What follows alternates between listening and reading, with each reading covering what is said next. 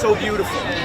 78 degrees, Jets football, and we're winning. That's what's going on today. That's why everybody's so psyched. This isn't no happenstance. This is a guarantee, just like Joe Namath said. See that? There are few things in life you cannot put a price on. Loyalty, tradition, fierce passion. Today is a gigantic family reunion because finally, they're back.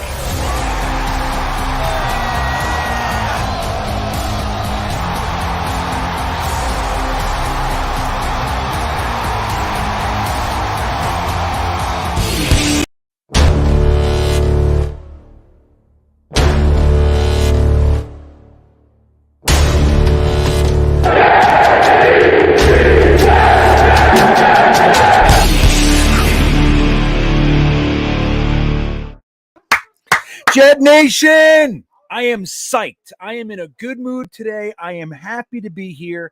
Happy you're here. Joseph Schwert is at the game, stopping in to say hello. Let's say hello to him. What's up, Joe? Section 326, row 8, seat 6 and 7. I thought he said $67. I highly doubt it. Inconsequential. You're there. Mike effing White. I'm happy for you. Now, Joe, maybe you can tell us, if you can hear me, maybe you can tell us just how many Buffalo fans are actually there. I've heard reports, there's a lot of them, that listen to this. So, we had about 45,000 Jets fans at the Cincinnati game. Mike White starting to look a little good. Probably got us a few more Jets fans, a couple more thousand, but they sent out an update last night, the New York Jets did, that you have to get to the game early because it is sold out. That would mean 35,000 Buffalo fans bought tickets, because I doubt that Mike White sold 40,000 tickets. So we need to be loud and proud in there, Joe, and I hope you're going to do just that. I hope you have no voice at the end of this thing. John Rogers popping in from way down under. What's up, John? Say hello to your little one, Levi, down there.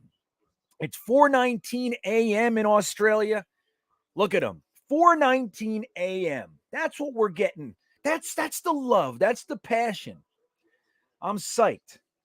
Kevin Vafadouce checks in and says, Joe, you're going to see a great game from Mike White today. I agree. Corey Davis is back. I'm disappointed about the opportunity Denzel Mims had, but it is what it is, man. We can only control what we can control, which is nothing. We got nothing. So all we can do is hope our Jets fans in the house are loud and proud and disruptive. Let's make that place feel like a home game. Other than that, we just got to watch our team do what they do. But man, am I psyched. I feel good, right, Holton? Holton's here. Hope you're feeling better, buddy. He says he's in a good mood as well, but we will lose for sure. But I just want to see progress. Holton, look, let's take a second and be real with each other. More than likely, we're going to lose today. More than likely. But more than likely, the Jags were going to lose last week, and more than likely, the Cincinnati Bengals were going to stomp our faces into the mud. Both of those things didn't happen. The Buffalo Bills have been kicked in the teeth. Who knows how they're going to come out? Josh Allen, listen, man, as talented as he is and as much as he's turned away from who he was in the draft, they've done a great job with him. The truth is that he's still a sloppy fella. He's still a dangerously sloppy individual, and if we can rattle him a little bit, he makes mistakes, and I'd like to see that. Let's see if Schwert checked back in. I don't know if, nope, I don't see anything. Let's say hello to everybody else. Harry's here. It's good to see you, Harry W. My Aunt Gina's here. Look at her. She's in there. She says, let's go Jets. Aunt Gina in the house. I love it. Big Frank 2005 is here. Jetnation is here. That's me, everybody. I hope there's more involvement from other Jetnation people. I know that a lot of them are at the game. The Jetnation crew is there in the big RV, tailgating in the whole thing. I know that they are there. Hopefully they're having a good time. Maybe they'll check in. Justin Jets is here as well. What's up, Justin? Go, Mike White. I'm with it. John Rogers, we said hello. Timothy Walker on the Facebook side of things. What's up, Tim? Cannot be another week of falling behind early. Defense needs to get a couple turnovers. Jets sneak one out, 27-21. I like it, Holton. See what Tim's where I am, John Holton. That's where I am. But I'm in, like he said, like Holton said earlier, it's like, hey, all we really need to see is competence, progress. I'd like to see some cornerbacks make a play. I'd like to see our offensive line continue to gel and improve. If that's the case, Mike White, I want to see him look good. I want to see some Elijah Moore. I want to see some Corey Davis, Michael Carter, that sort of thing. Jets Forever says it's time to win. I'm with it. I'm with it too. It's time to win. I like that. Justin Jets, he says, let's hope you leave with the only smile on your face, Harry W. There it goes. That's right, John Rogers. Guy Fisher's in the house. Look at that. Mike White got this defense. Is going to show up today. Yep, I got it. Mike White got this. This defense is going to show up today. That's it, man. Don't forget, our defense came out. It was a 4-day, split between a really emotional win, and it looked like they were spent. That's what it looked like to me. We were together. We talked about it right from the first 2 plays. We were like, ooh, they don't look good. Right from the first couple plays, they looked sluggish. So that could be the emotional downturn. Now they've had a few more days, a little 9-day break. I think they're going to come out at least with the energy, and that's all we need to see. That's right, Kevin. Kevin says we're going to make those Bills fans regret wasting all their money just to see us wreck them. That is what I want to see. And I got to say, it's almost as important to me. I'm just going to be honest with you. Like, I'm the kind of fan that when other fans try to do something to hurt us, like I really like just desserts. I like comeuppance. And I'm hoping all those Buffalo fans that drove down to be there and make some noise and think they're going to have a party, I want them all to have a miserable ride home, just like we did to the Oakland Raiders in 2019. The place was 60% Raiders fans, if not more. Everybody with their Chucky masks and Darth Vader uniforms. They came in and they got shellacked by a really bad Jets team. So who knows, right? Isaac's here. What's up with you, buddy? Follower of Christ FOC is in the house. Afternoon to you, my friend.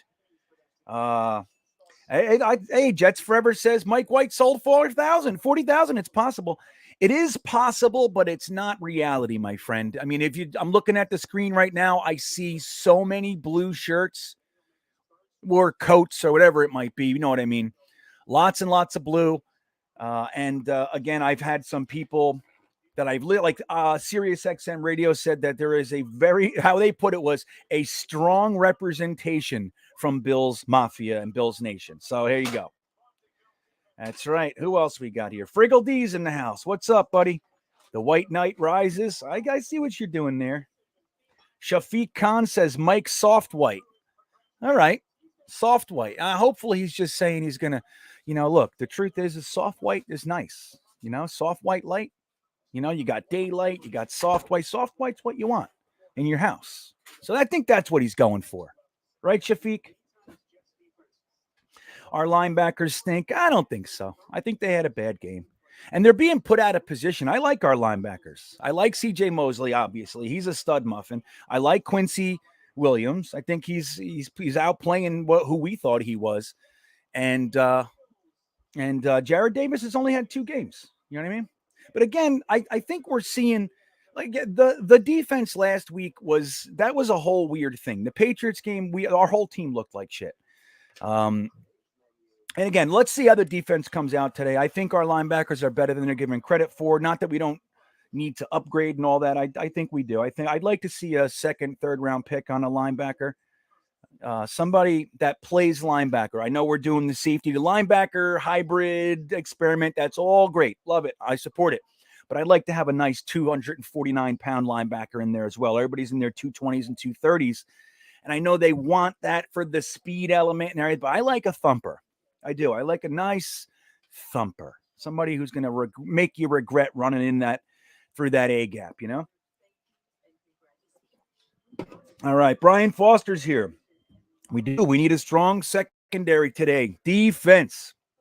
Look, even when they were losing, against the Jaguars, the defense didn't exactly crumble. It was the offense's inability to get anything done, largely because Josh Allen was having a tough day.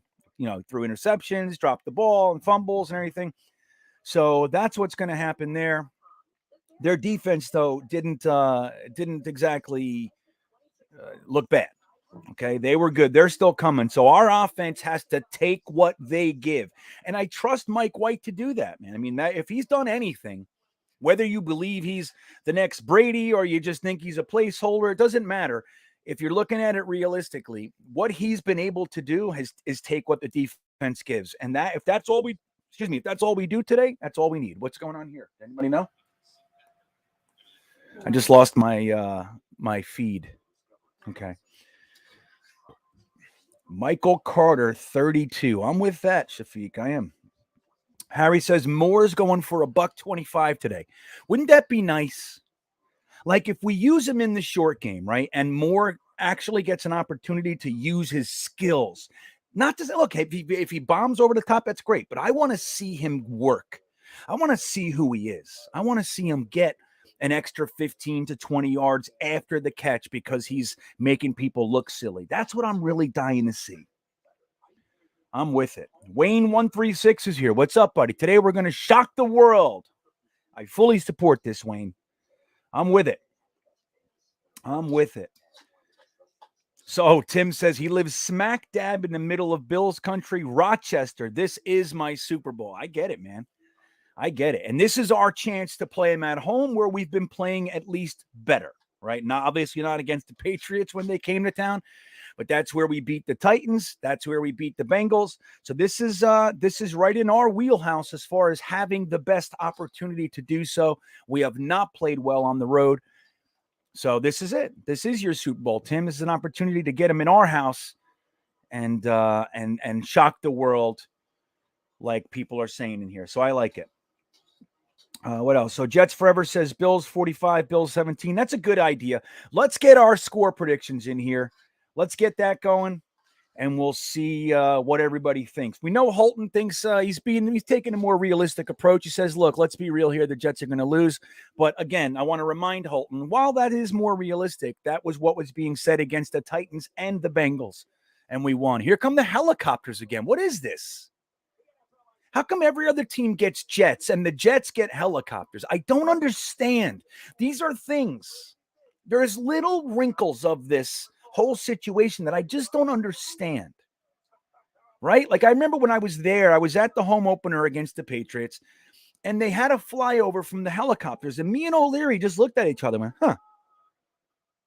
Like helicopters are cool. I have no issue with helicopters. Like we're the Jets.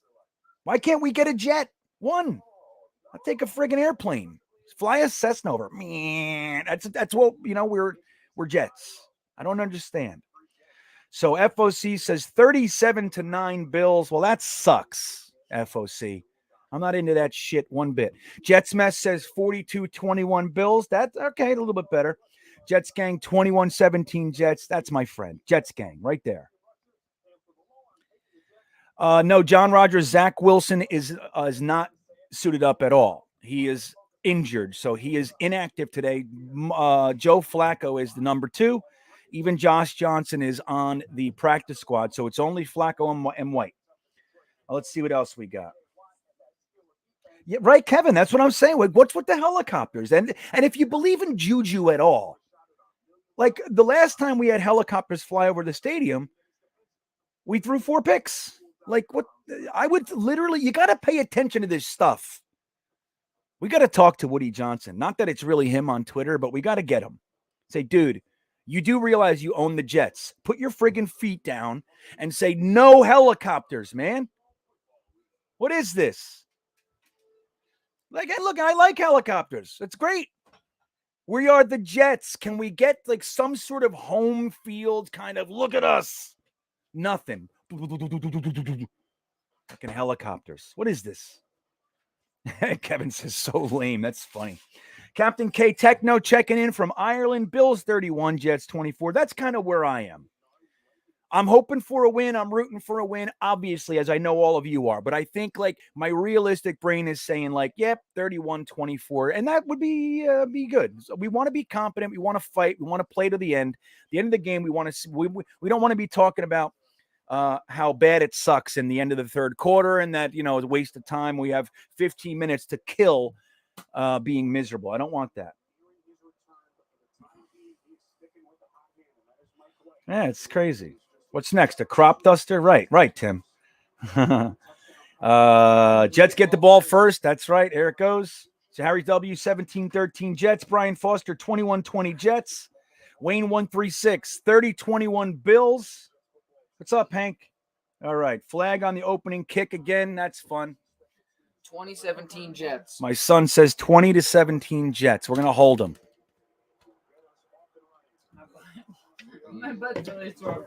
Seven on the first drive. That's what we want to do. Everybody type that. 7 on the first drive. It's a nice run back, too. But now, don't forget, I'm a little behind you, but we do have a flag. Tevin Coleman running back kicks.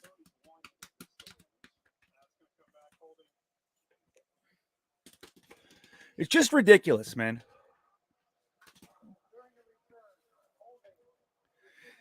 Who is it? Who was it? 10. Number 10, Barrios? Like, you're a special teams guy. Why are you holding? 7 on the first drive. That's right, Captain K Techno. Get paid with Kyle. Almost picked. That's fun. 7 on the first drive. 7 on the first drive. That's okay. 7 every drive. I like that. At the start of the season, he has 500 yards. 7 on the first drive.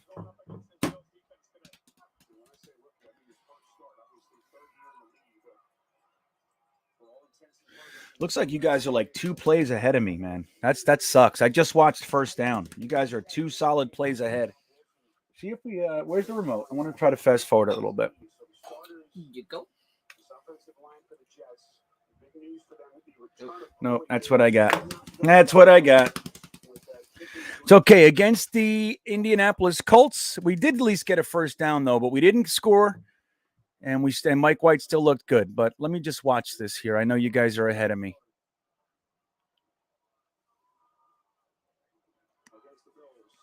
Jesus. That was ugly, guys. That was ugly. Good vibes. Good vibes. We're still going to get good vibes. It's the fucking helicopters, man. It sets the tone, man. It's like, what is this? How do you not see that linebacker on that almost pick? He was just standing there. The thing is, I hope if Mike White doesn't do well, they put people in. Because, dude.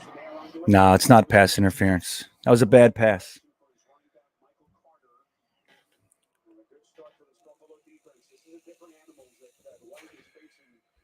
Yeah, man has a big brace. I know it's so crazy how injured he really got on that play.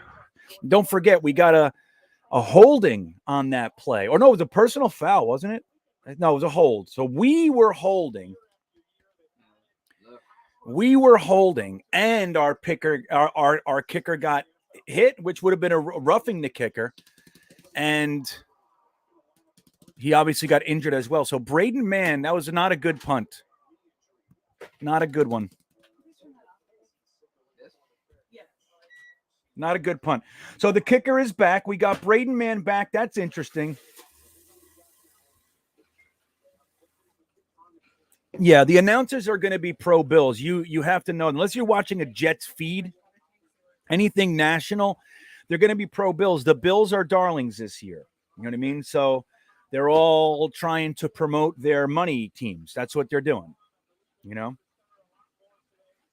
I agree. All right, let's watch the defense. I'm watching first down on the defense. I think you guys are probably already at least 3 plays in. Look at our defensive line. Nothing. That's okay. That was good coverage by Bryce Hall on that one. Good coverage by Bryce Hall. Dude, we brought everybody on that play. Yeah, I mean, did you see that? We rushed everybody, and they pretty much got us. Their offensive line was able to take care. We're going to have to figure something out. I'm keying on the defensive line today, at least for the first quarter. I'm going to watch the linebackers too. Yeah, you watch. All right, so watch the linebackers.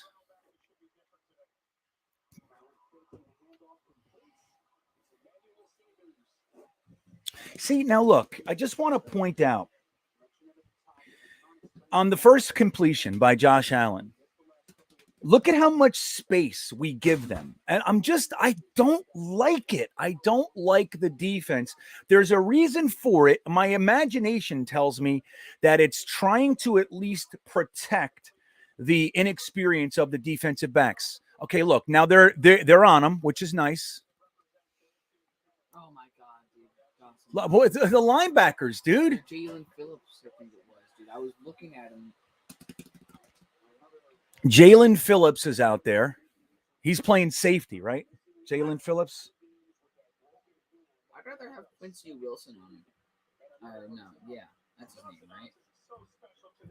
I do agree Bryce Hall is a beast, but like, look, dude, that was totally Jalen Phillips, man. How do you bite so hard on a fake while the tight end is streaking across your face? That was all Jalen Phillips, 100%. He let his man go. Oh, my God. Yeah, dude.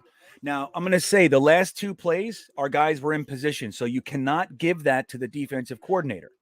You can't.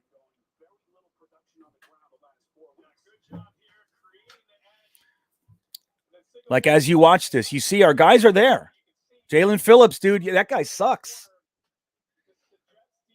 Jalen Phillips is a problem, guys. And he's filling in for Marcus May.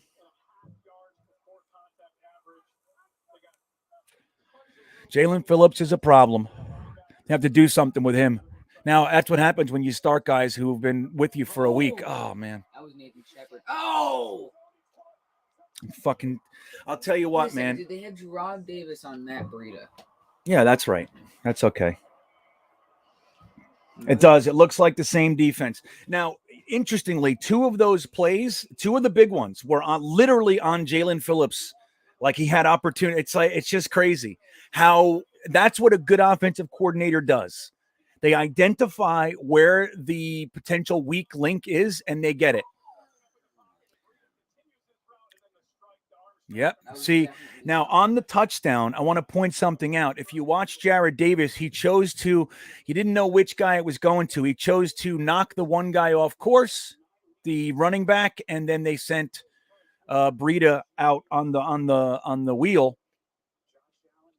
and he had already committed, so he was done. No. Delshon Phillips, what'd I say? Yes, Delshon Phillips. Thank you, Evan. Jesus.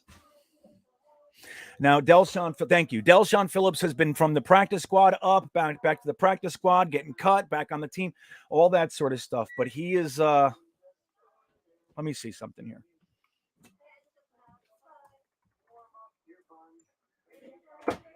Hold on, I'm going to look at something, make sure. I hate when I confuse. There's so many guys that are switching around. I find it hard to keep track. Yeah, that's Delshon Phillips, number 43. Thanks, Evan got that right. So Delshon Phillips, why is he even in? You know what I'm saying? Like, why isn't it CJ Mosley, Jared Davis, Quincy Williams? That's who it should be. I understand their nuance. Well, he's technically a Will, and he's a Sam, and we need a Will. Dude, just get your best players on the field and let them play. You know what I'm saying? Everybody, dude. Well, Jets forever. What about Quincy Williams? I understand that he might not be exactly cut for that position, but dude, I come from the school of like, he's a linebacker. You need a linebacker. Put a fucking linebacker in there. Like I really hate getting caught into all those specific nuances. Like a Joe Klecko. You need a 1 tech. Put a 0 tech. You play that. You need. Oh, sorry, we need somebody on a 3 tech. Okay, it's Klecko. You know what I mean? And he can do that. I understand Klecko is great, but really good football players, they can play. You can move them and they can play. at the next position. I just hate getting caught up in all those specific nuances. You put Quincy Williams in there with Jared Davis and CJ Mosley, and you let him go to work. He has a better feel for the game. Phillips got abused on that drive. What's up, 7 Levels? Good to see you, buddy. No, we didn't force a third down on the whole touchdown drive. So that's good. Yeah, but it wasn't. Jared Davis wasn't beating coverage. He had 2 guys. If you watch the earlier play, listen, I'm going to tell you something right now. Anything Cimini says has at least, at best, a 50% chance of being stupid. Technically speaking, yes, it was Jared Davis, but there were 2 guys over there. He chose the one guy to knock him off course, and you know, where's the defense? Where's the rest of the defense? And the other 2 plays where they marched down were all Phillips. Technically, he did get beat on the end of the route. But when you watch the play, you'll see what I mean. You'll see what I mean there, Big Frank. Cimini. That guy's a scrub. This is funny. That's a funny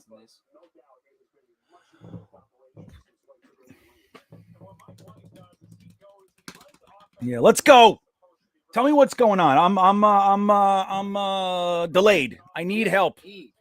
I can't handle it. I'm already out. I feel it. I want to play, man. I get all pumped up. I want to go out there. Fucking go out there. I feel like you'd be a good pump-up coach. I would be a good pump-up coach. Like, I get him pumped up. Like, come on, guys. You know, I made I'll show you guys later. I made a new intro for the Thursday Thick of It, and I was looking over coaches and sayings and stuff. And you remember Rex Ryan when we came out in the Indy game, the AFC Championship game? He was so big and fat. He was at his absolute fattest. I loved him. And Rex Ryan, like, he comes into the stadium and they're all yelling and boo, and he goes, "That's right. Here we come, baby. Here come the Jets, man." And it's just like, we need some of that. That's right. Oh, terrible pass. Shit. Got it first? Okay, good. I was, when I was little, I was really small. So I played something called wingback years ago and a little halfback. But then as I grew, I became a part of the line. So I played offensive guard for many years. And I was my real position was defensive end. And I would slide back to outside linebacker at times. But defensive end was my position. That's how I think. Fucking crush people, 7 Levels. I used to yell, "This side's closed." This side's closed. That's what I used to yell. You don't come over here. Ooh, okay. I just watched the first. Wow, that was a big hit. I'm with you, FOC. Like, look, it's a problem when Berrios is your best receiver or getting the most touches. It is. But you can't take it from him. The guy can play. He's had a couple drops this year. But the guy can play football. Look at our offensive line, though, man. Look at the time. No, the funniest thing is Van Roten was the one guy really not doing anything. No, that was Connor McGovern. Greg Van Roten was engaged on that play. No, it wasn't. I'm going to tell you right now, Woody Johnson is not cheap. Was that a pass interference on Moore? Tell me. 1st and 20. Offensive pass interference. Good stuff. I know it shouldn't be a shocker, guys. Just brace yourself. We're going to have to overcome some stuff today. Yeah. The Bills are darlings of the NFL this year, and they just lost to the Jaguars. They're not going to want them to lose again to us. They're not. Now, they're better than us, too. So trust me, I'm not saying it's all going to be that way. Just know there's going to be a skew. There's going to be a skew on there. But Shafiq, about Woody Johnson being cheap, that's the one thing you can't say about him. He's just had bad GMs. I mean, look, he overpaid. Just one example, CJ Mosley, when they wanted him, Mike McCagnon said, "I need to overpay him." They paid him $5 million more than anybody else was going to offer him a year, 17 mil over 12, and they paid it. Plus, he's paying he fires coaches and GMs and still has to pay him for 2 years. That doesn't prohibit him from making moves. Woody just doesn't know what the fuck he's doing. So now that we have an actual GM, we're seeing somewhat of a turnaround and some real life team building. It's like when you look back at our guys, Idzik, McCagnon, even Tannenbaum and Terry Bradway, like they were not good. The one thing that he's cheap on is stadiums. So you can't take that from him, man. This is nobody's doing. He's not a football guy. Those are my fantasy points.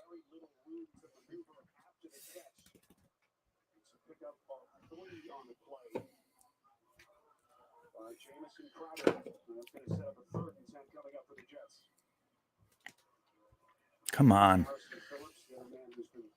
White back to earth? Well, we don't know. We'll see what's going on. Don't forget, this defense is no joke, man. This is a good defense, They've been together. We were talking about it on Thursday. This defense has been the main components of this defense have been together since 2018.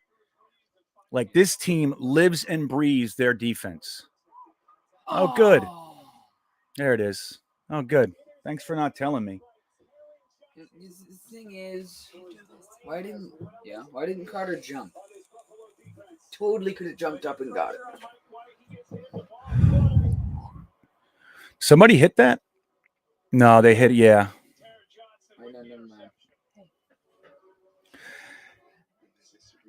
Looks like this one might be ugly. Let's hope not. I mean, this is gross. I don't like it. You know, he was hit. You know what I mean? You see the way the ball pops up, hit his hand or whatever, but that still sucks.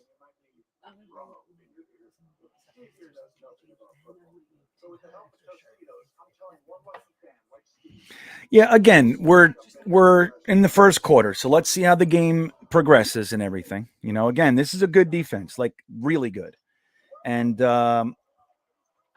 we'll see how it goes. You know, but again, like a lot of us talked about, it's like as exciting as it is with Mike White, and I'm excited for him. You know, it's great. You know, let's watch the guy. The truth is that Zach Wilson is more than likely the guy that you want to build with. It's Mike White, but it's been fun. It's been exciting. Let's see how he goes. Let's see how it goes. We don't know. They're just settling in.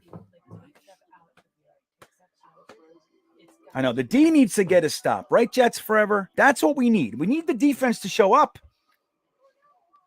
Bryce Hall showed up. I would get Delshon Phillips off of the field. If they're watching, then they're going to see what I'm seeing. And if I'm seeing it, and who the hell am I? You got to know where it's happening. You got to know. He got completely faked out with the tight end going out on the really the longest play of the drive, if I remember correctly. And the other one, he got juked out of his shorts by the running back. He bit on the inside. Like, dude, you can't do that as a linebacker. Linebackers are the tacklers. You know what I mean? Like when there's a blocker in your face or something, great. And then you take the block and you free up somebody else. But generally speaking, the linebackers got to be your tacklers, man. And tight ends should not be getting free within 5 yards of the line of scrimmage. Hell no. Hell no, man. Look at all these cold fans. Everybody's so cold. I haven't been to a cold game in so long, man. I almost went to see UVA last night in Notre Dame. It's their last home game, and I was this close to going.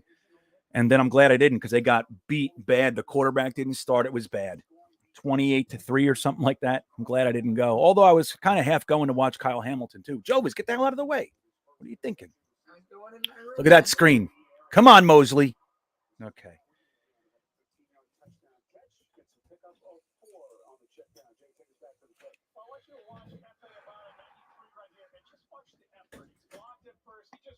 Did you, Robbie? That's funny.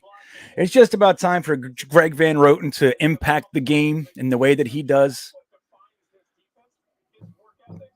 Yeah, well, again, you got to look at who we're playing today. They're number one in the league for takeaways, so there are reasons for that.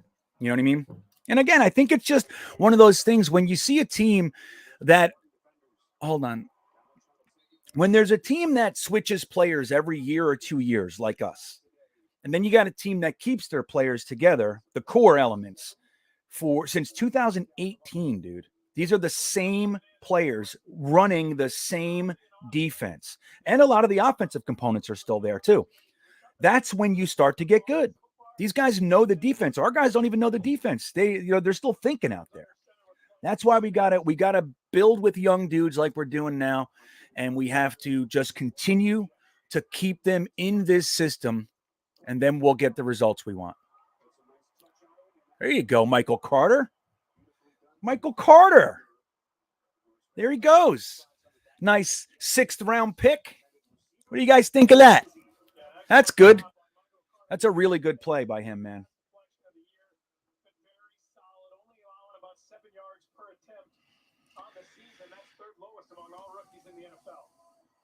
Let's see. All right, you guys seem upset, so I'm going to watch it and see what happens.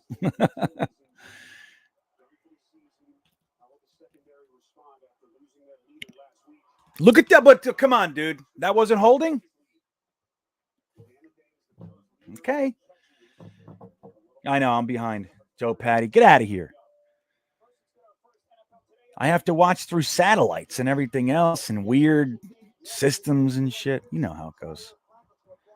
See, the thing is this. There were many, many weeks when I couldn't even get the game. So I'm one who is aware of that, what could be worse, right?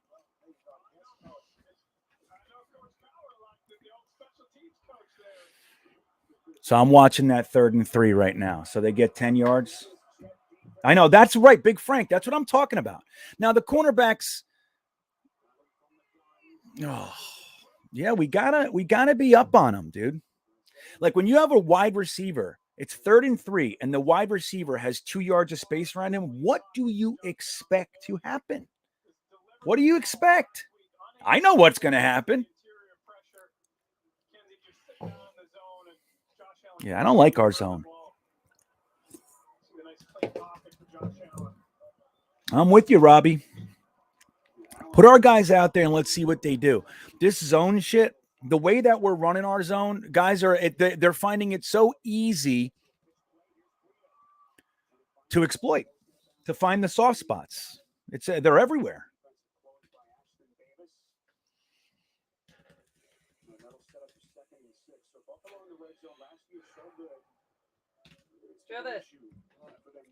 Yeah, Ain Wayne, what's up, buddy? I get it. You got to work.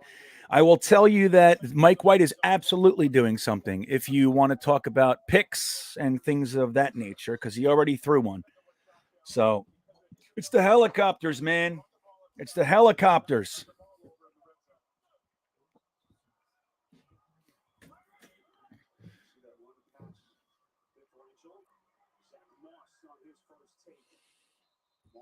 Fadukasi had the tackle and fell off of him. I don't know what's up with him either. Right, Paul. That's the thing. And I pay attention to you guys too. So it's not like, I've learned like the first couple weeks of being behind, like I've traveled the country. So I'm in Seattle, I'm in Texas, like wherever we are. I'm in Virginia now. And it's just like, I'm just grateful to be with you guys. And like, I'm paying attention. I've learned to watch the game on a delay. I know what's happening. It's fucking weird.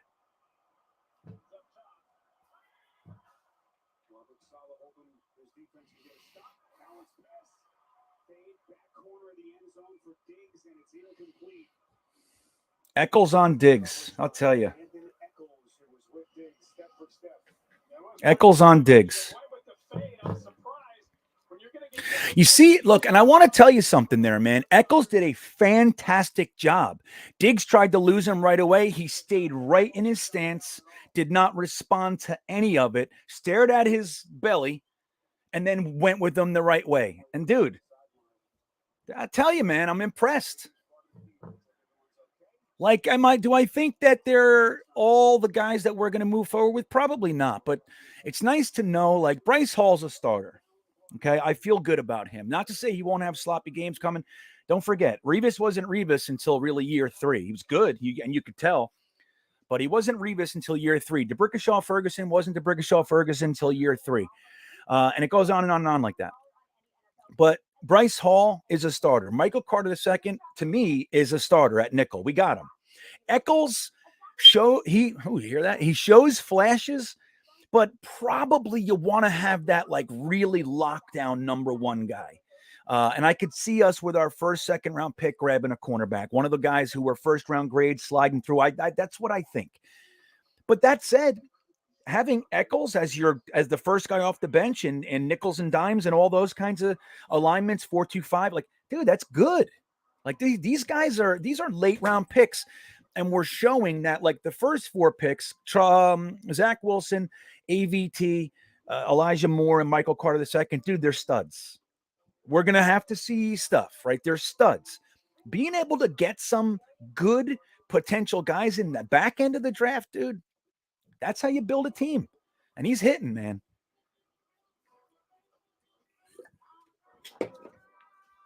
Right. That's the bend, don't break defense that we want. If they can hold them to 3, I'm happy. Now, look, they don't look good on the way there, so I'm not happy yet.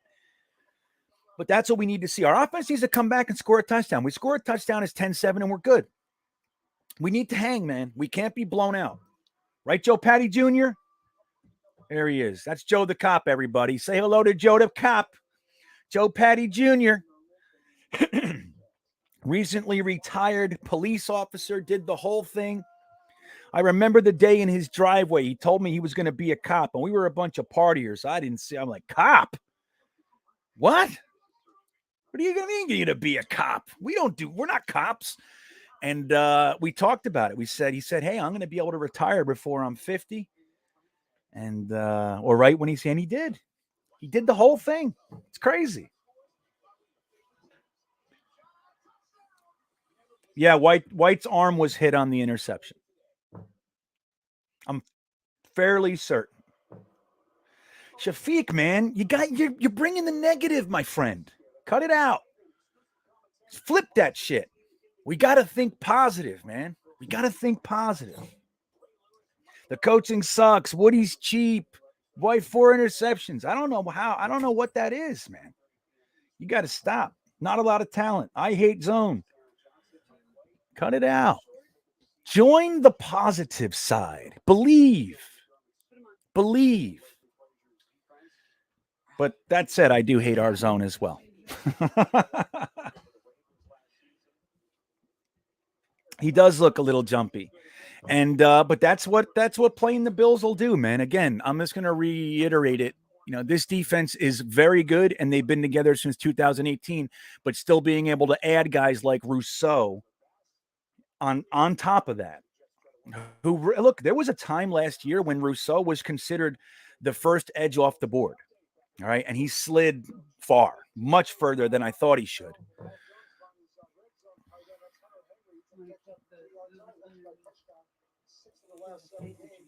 Who held on that, Hank? Who was it?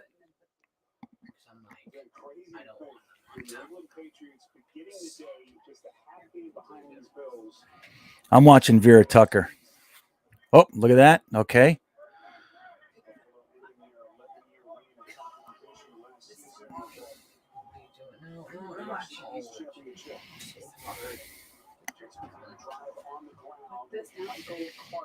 Holding. And on that run with Michael Carter, I'll tell you right now who held. Let me see.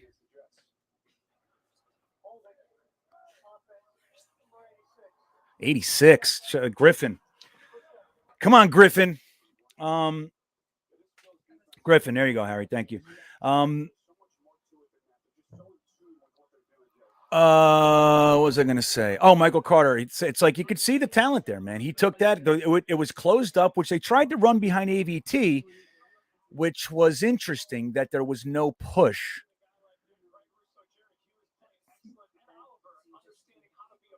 Let me see here. Griffin. Sheesh. 3 yards on a 1st and 20. That's our second 1st and 20 in the first half.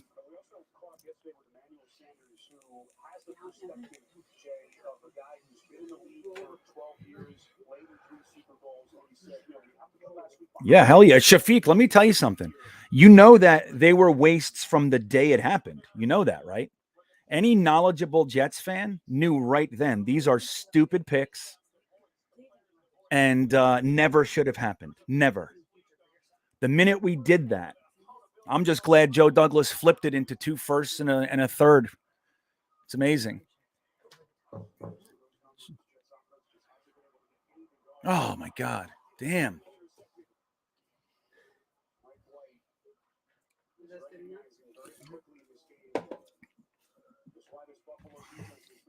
That's funny, Kyle. That's funny. Once again, watch the linebackers dropping, reading White, and then getting a hand up. That's the second time we've seen that already.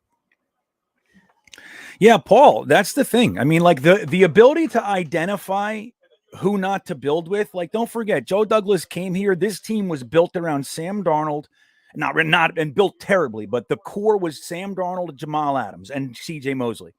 That's who they had. Joe Douglas came in, watched for a year.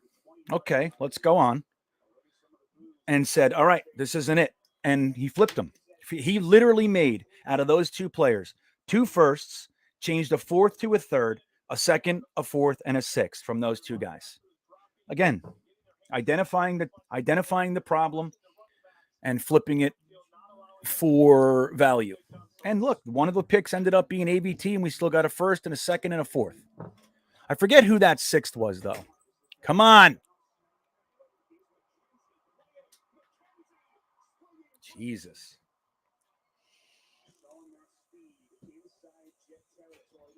I changed my prediction. Yeah, that's a thing, Slinksy. I think we'll see some settling down, though. You know, it's just is what it is. But they're elite.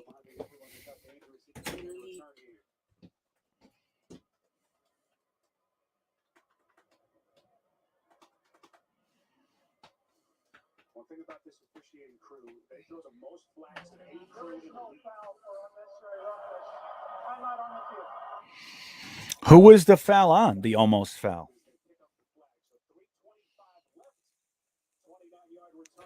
That was going to be on us? That's good. Yeah, think about that, right? That's the other thing too. It's like when I look at it, like we're, people say, "Oh yeah, we're in year 1 again." Oh, but it's the truth. You don't want to buy it. That's fine, but it's the truth. But you look at what Joe Douglas is still doing, like this, just like Holton is saying right now, we're still paying more than our entire defensive backfield in dead cap space to one of McCagnon's signings that he had to get rid of because the guy was a complete waste of fucking space.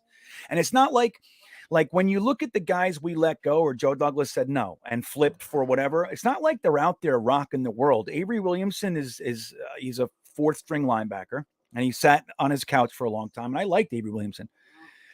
McClendon is a rotational guy for the Bucks. He's doing fine. He's doing what he does. But Jamal Adams is a complete turd. Sam Darnold is, I mean, honestly, I think it's over for him. He's injured again. And that was after how many picks in a couple weeks.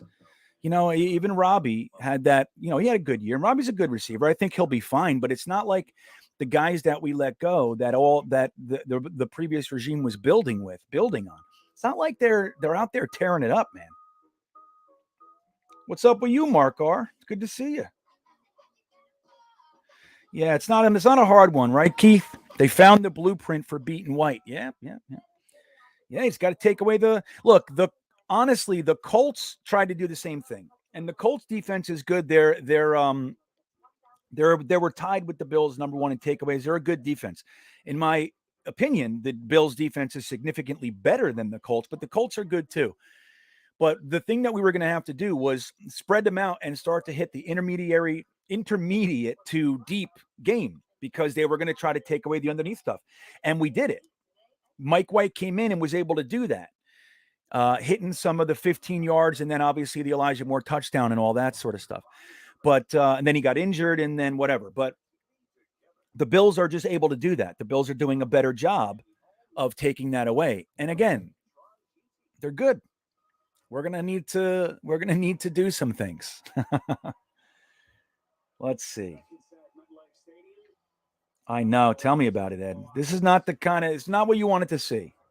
It's not what you wanted to see today.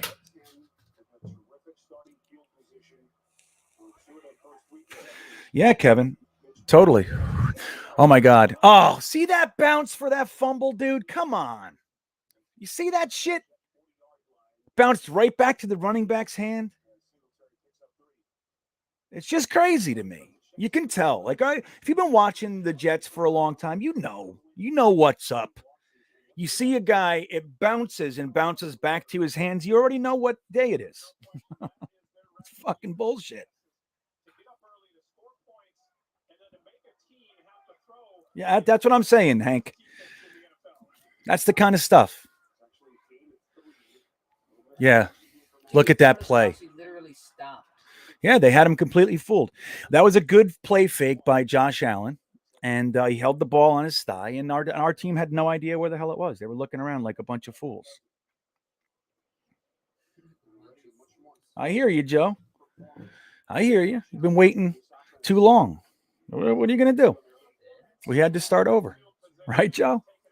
What are you going to do?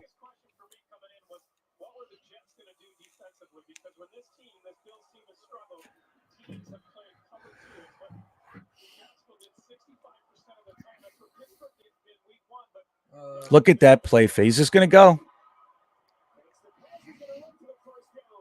Yep. Ooh, holding.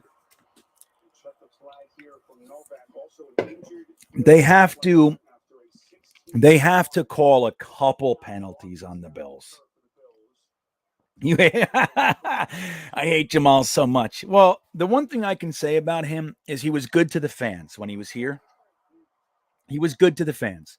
But anybody who, if you really watched like football and didn't think with your emotions, you saw like Jamal Adams is good. It's a good football player, but it's not worth all the baloney.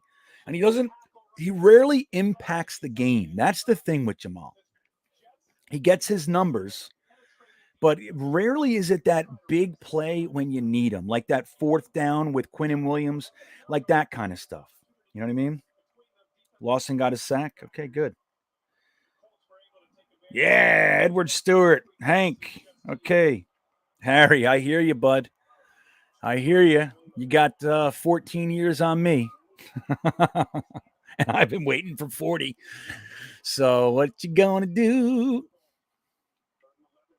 Finally. That was everybody. Quinnen Williams trying to take the spotlight. That was really Lawson, though. That was really Lawson, I think. Yeah, Shaq Lawson, old team, dude. Let's go. You got to play with passion, buddy. You got to make them realize that letting you go was a mistake.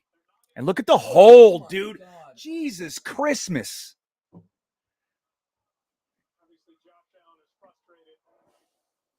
Why didn't you guys hold more? Yeah, covered sack. Well, that was kind of a combo deal. I mean, that was pretty good pressure, man. We made him punt. That's right, we did it. Yeah, we made him punt. And Berrios is running, but he can't go anywhere. Berrios is way too slow. Dun, dun, dun, dun, dun, dun, dun, dun. There you go. What do you think of that? There you go. I'll be here all week. Flacco's going in? No, he's not. No, Mike, what? Maybe. Is that right, JW? Are you playing games?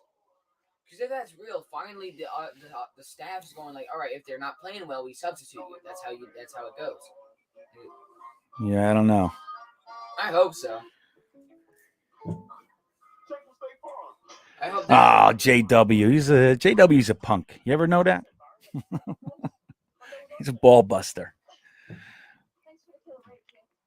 I know. I totally would. Now, look, if we're down, 24 zip without a cup, without any real first downs or anything like that in the second half, you might want to say, all right, Mike, you had a great run.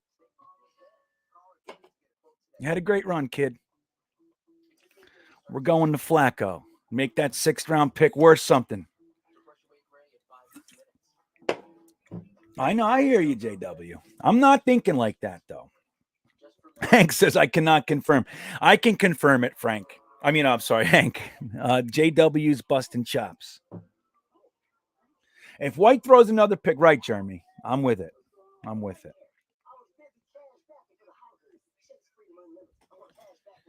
Absolutely, Jets forever.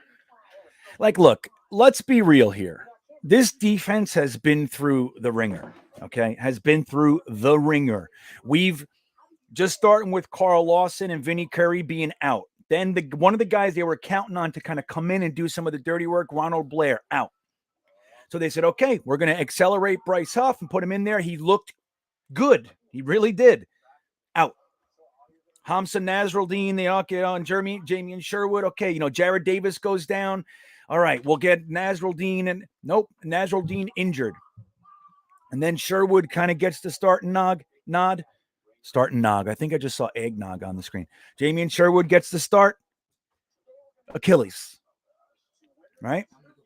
Marcus May. LaMarcus Joyner out for the year. Then Marcus May gets injured, comes back, out for the year. Another Achilles. We have 3 Achilles tears, dude, this year. You go decades without seeing one. So I'm just saying, like, there's a lot going on here. There's a lot going on. Now, it's not an excuse. You got to be competent. I'm with it. But when you add that to starting 4 rookies and 2 undrafted free agents and all that shit, like, Huff's out. Everybody's out. It's like, but I still think our defensive line should be able to create pressure. CJ Mosley looks, there you go. There he goes.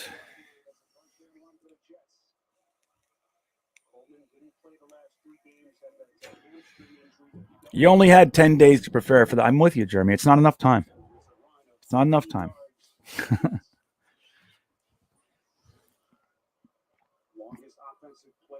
I know, right, Paul? You can't make it up. And that's the thing. Like, look, we redid the whole medical department and all that sort of stuff. But just like with new code, you gotta give them time to get the operation running. I'm disappointed.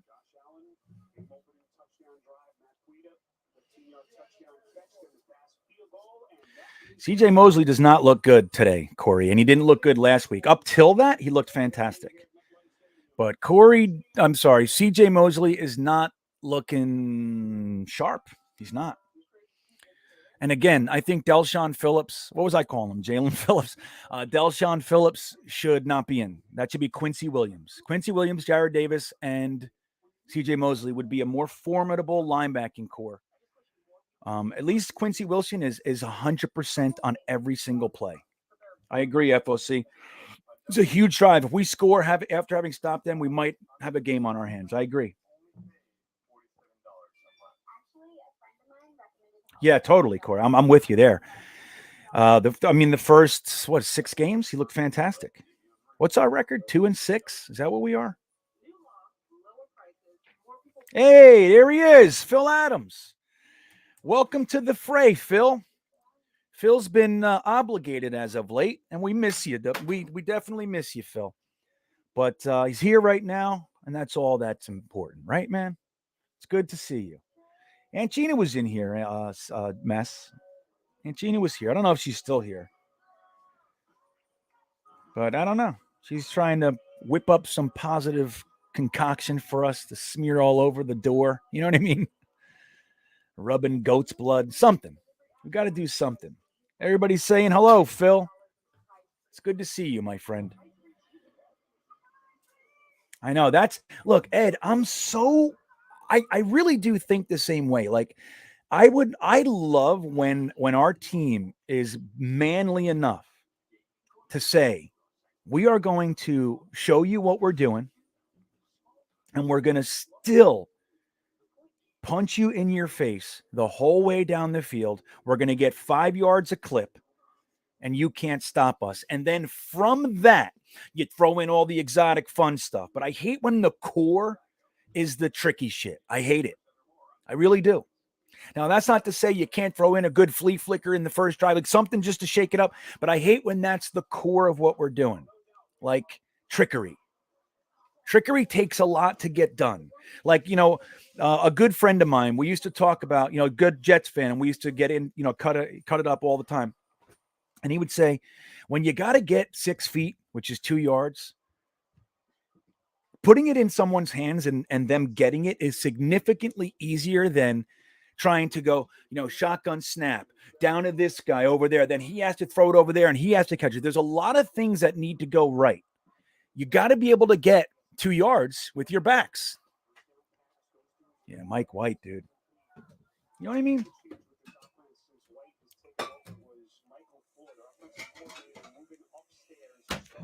Yeah, they are. They're covered. They're tight, man.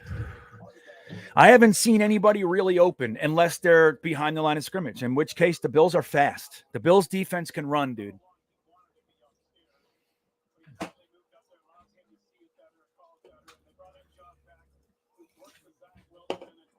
All right, come on. Show me a play. 14-3 Dallas over Atlanta, huh? Wow. Move. Wow, Washington beating there he goes. Washington 13-0 over the Bucks. That won't last. That won't last. Hey, man, dude, the Washington wants a revenge game for the playoffs.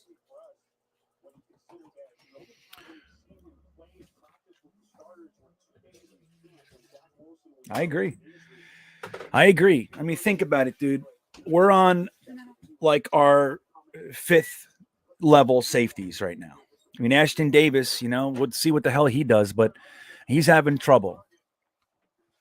But like our safeties are a major weakness, major. And even if you have proper evaluation, get that first. Okay. Oh, nice. Mike White. Yeah. So my son is leaving in a minute. He's got a big playoff game today, starting cornerback for the Albemarle Patriots. And they're going to win today.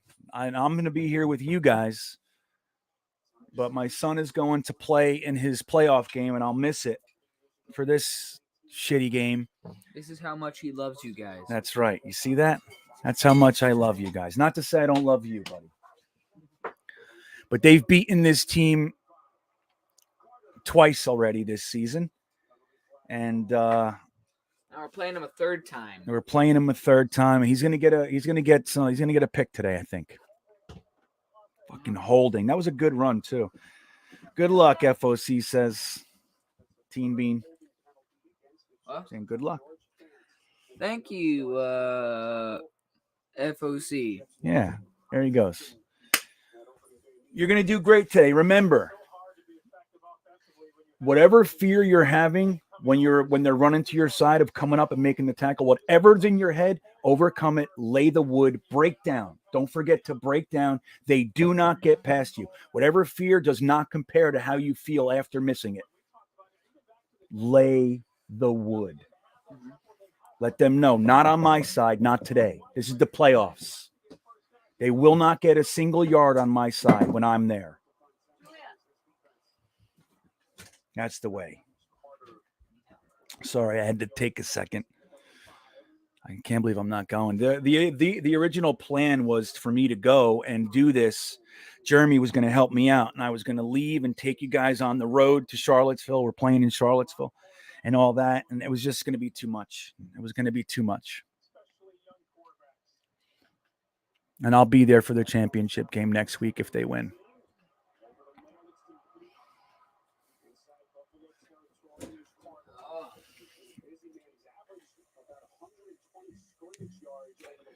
Fourth and 1. I'm still on the 3rd and 5. By all means, tell me what's going on. I don't care. It is looking good, though. The offense is looking a little bit settled, which is nice. I want to see Salah talking. I hate stoic coaches, man. Yeah, so get the fuck out of the way, please. You have timing. Oh!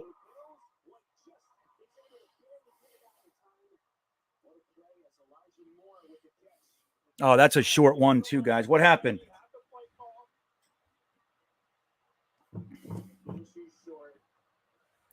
You got to tell me what that means, Robbie. Talk about it. They're like inches on that one. Saved by delay of game. A delay of game? Get the hell out of here. Are you kidding me? Who was the play clock at? Dude, how do you get a delay of game?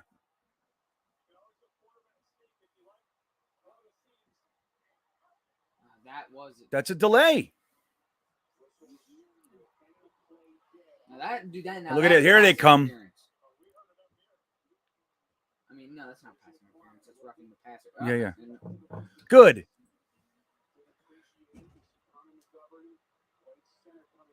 I'm telling you, Jared, what is that, man? Well, Big Frank, what is that? How do you get a delay of game on 4th and an inch?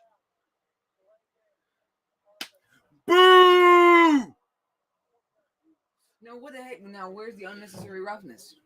It's literally every other team but us that gets that call. Right, finally, Mess. I'm glad. You see, show some heart. Get pissed off, man. They have no respect for you. Yeah, the whistle's blowing, dude.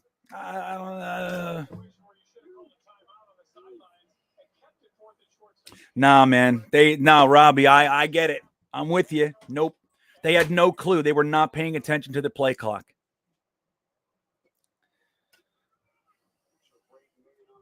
Brady, man, throw it.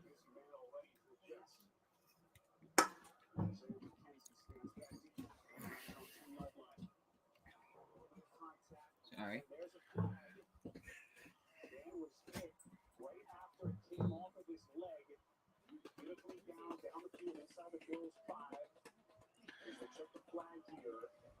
Yeah, well, I don't know. New York Fumble Giants. I'm not ready to say that, but that's what we call a rookie mistake. Can't have it, but that's what that is. That's a rookie mistake.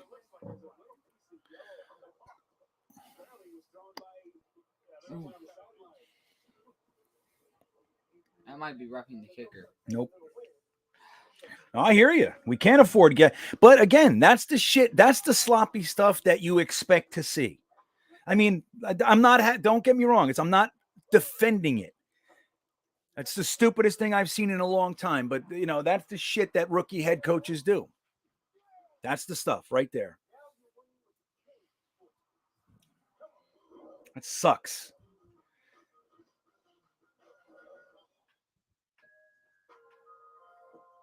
That's bothersome. I can't even fucking believe it. I'm so disappointed, man. I really am.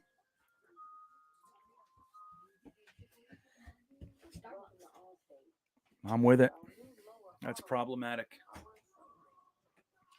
That was an opportunity. Again, we stopped them. It's 10-0. You get a touchdown there. It is 10-7. And the whole game changes. Now, if they score, it's 17-0. You see what I know? I don't have to do this, but I'm just saying, just to carve it up.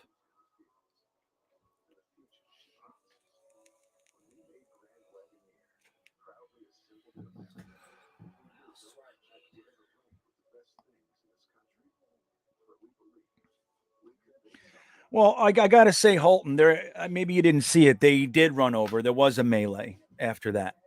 So we saw it. But the refs got it. I mean, I don't know, dude. We don't get those calls, dude. It's just the craziest thing. Then they run into our punter. Oh, he's blocked into him. Like, we get it.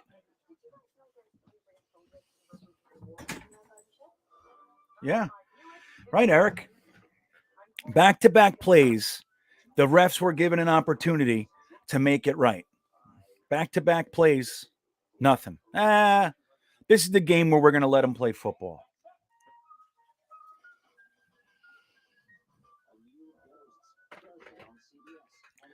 Yeah, Shafiq, do you also miss Rex complete ineptitude? 3 offensive coordinators. It's like, look, I loved Rex's first 2 years too, but Rex was very little more than a buffoon. It's great when you're winning and all that sort of stuff, but you got to have a different shtick. You got to have a different shtick when you're losing and everything else, burying footballs and all that kind of stuff. Rex, I loved Rex and I wanted him to play, but let's not try to turn. Rex had 4 years after the 2 fun years of complete ineptitude. And he kept trying to change things and bring in this offensive coordinator, fire him, bring in this guy, playing Sanchez in the fourth quarter. It's like, I don't know, in preseason, all that sort of stuff. Rex destroyed the team and he didn't know how to pick players and whatever. We don't have to do all that, but I'm just saying I missed those first 2 years, but the next 4 were complete shit. And we forget that. He was given 6 years, more than most.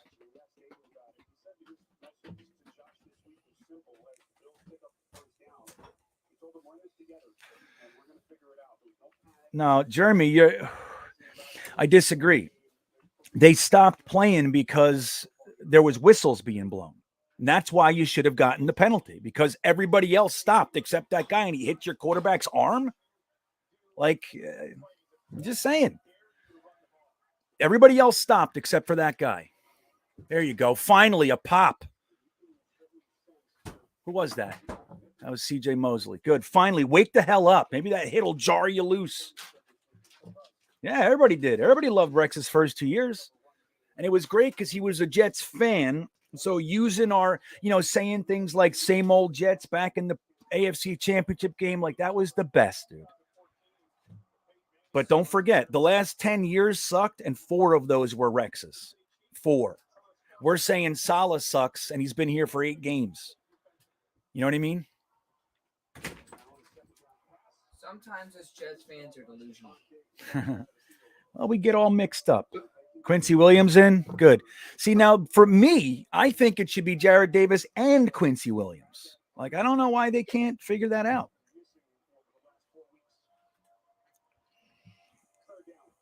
The thing you got to do is you can't leave them out there when they're not playing as well as they should.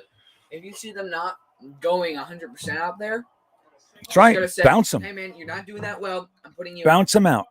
I'm put them out for a drive or 2, and put it back in. If you don't do well this drive, I'm putting you out for the rest of the game. Oh, wide open. Yeah, dude. Sit. Go find your shoes, Julia. Stay. Those are the ones out there on the thing.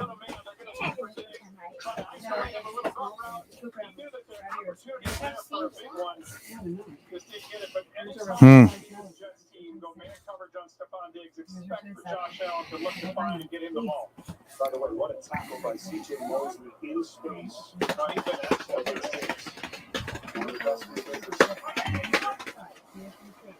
Josh Allen, by the way, 12 of 10 passing. Jesus. Our zone sucks. And the thing is, they have Stephon Diggs, who's one of the best man-to-man wide receivers in the league. It's tough. Oh. Now, why can't we play like that? Well, look, when you comparing, it's just like these conversations, like with why can't we? New England's team and system has been there for 20 years. Oh my God. That was John Franklin Myers. John Franklin Myers missed a big one. Like comparing a team in their first year to the Patriots, it's like Mac Jones came into a system that has been there. Josh McDaniels has been the offensive coordinator for how long? Like they have there's no learning, nothing. The only one learning anything is Mac Jones. Is that, we have an entire team, everybody learning at the same time. It's completely different.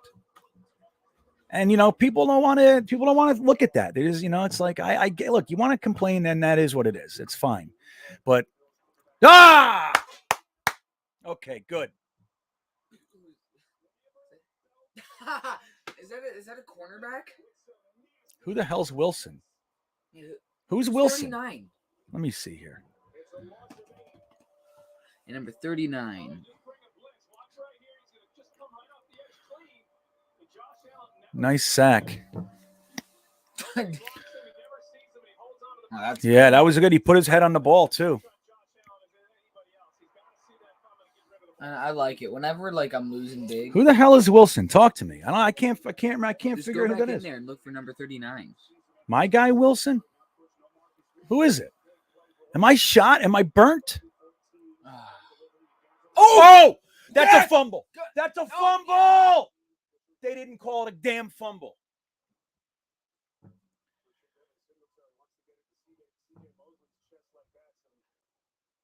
Bullshit. Hold on, let's see. Possession. Oh no, that wasn't a fumble. That was just a drop pass. Dude, that would have been the biggest play of the damn year. Jared Wilson? Do I like him? Everyone's saying it's my guy. Is it really? I can't find him in my brain, dude. Am I shot? How long has he been with us? Yeah, I know. I saw that, JW, but I was still excited for a minute. Defense, dude. We did it. Okay, decent field position. Jared Wilson. Who the hell? I can't find it, guys. When did we get him? I got to look him up. I'm shot.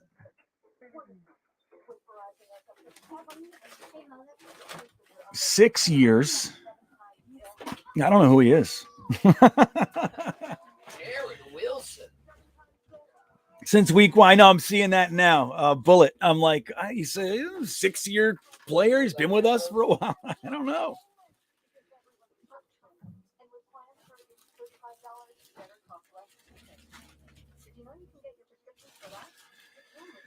Boo. Okay. Yeah. Okay. That's funny. You guys are funny. We held them. That's right, Jeremy. We held them. Defense holds, Robbie Oak. Jovis, grab my other drink in the fridge, please, just so I don't have to get up for later. Wait, that one's full. No, the some guy. Also on TV. Captain K Techno says he's my guy. No. That's funny. Defense is settling in a little bit. We got it, dude. Imagine we scored a touchdown on that and then did that. Like, now we're talking about going for the lead or at worst a tie. Signs of life, Robbie Oak. That's what I'm saying. All right. Mark R says we added him right after LaMarcus Joyner went down. Okay. Look, it's hard. It's hard. I got a pretty good handle on this team. You know what I mean? I can't quite get all the numbers yet. It's weird. Like, I'm really usually very good with, like, when I see a number, I know who it is. See 39 running across. You know who I thought it was? Remember Allen? Was he 39? I think he was 39. Remember Allen?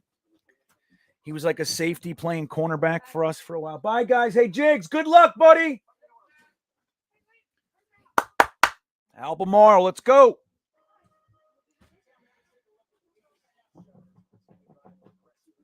Hey, you're funny, Evan. Hey, ho. Hey, little one, root for your brother. Root for him hard. Go, come on, Jovis. You got to watch him. Root for your brother. It's a big game. This is playoffs. Go, shut the door when you leave. I know. There he goes. Hold on. You guys are giving me the goods. Oh, shit. Michael Carter's a stud, dude. Michael Carter's a stud.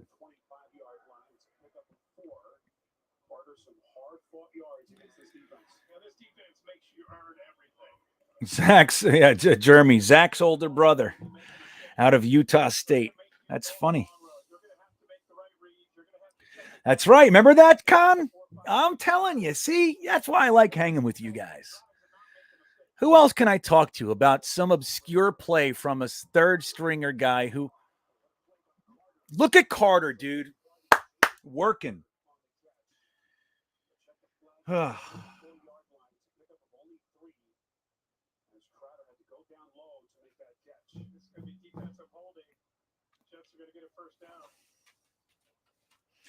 See, that's why I like it. It's like, I love talking to you guys, right? Like my buddy Joe the cop in here. Joe the cop's last sentence was, he won with that puke. So you guys know where we're coming from here. I grew up with Joe. We've been to dozens of Jets games together, tailgate and everything else. And it's like, I got a few people in my life that I can go, remember 1989 when this? He's like, yeah. You know what I mean? Like, it's you guys. That's why I like this. There goes my truck with my son and my daughter and my wife. Holy cow. That was a terrible call. Jesus.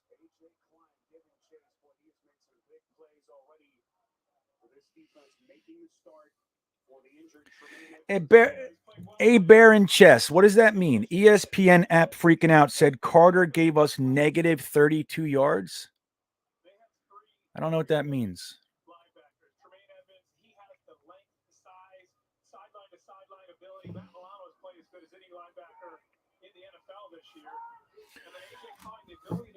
All right, let me see what you guys are talking about here.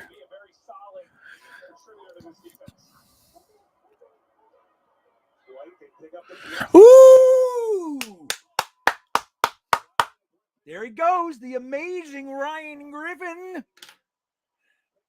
Coming in for the injured tight end that they did not have, Ryan Griffin. See, Mike White found him, and that's what's good. There you go. Yeah, but the fan, what is that? I'm just asking what that means. Like, negative 30, what? Michael Carter gave us negative 32 points? See, I just don't understand. You don't have to waste your time with me anyway. I can't gamble. So, it's just what it is. I'm going to leave this up for a while. The amazing Ryan Griffin. I like it.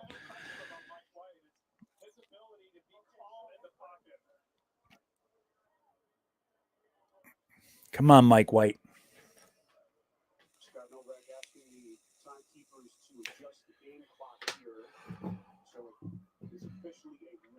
Yard completion as they mark it down on the Jet side of the field at 49-yard line. Mike White hasn't pushed the ball down the field very much. Coming into the game, 81 of his 88 passes were under 15 yards. But he's been pretty effective under pressure.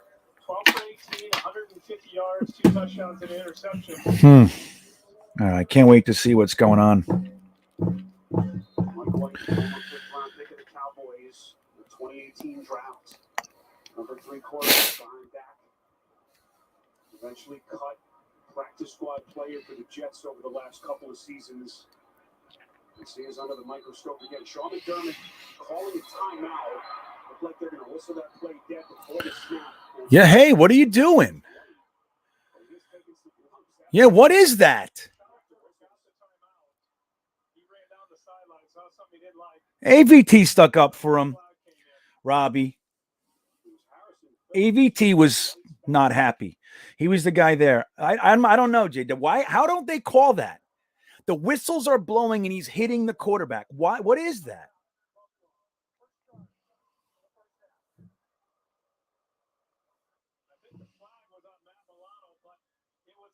I agree, Holton. That's bullshit, man.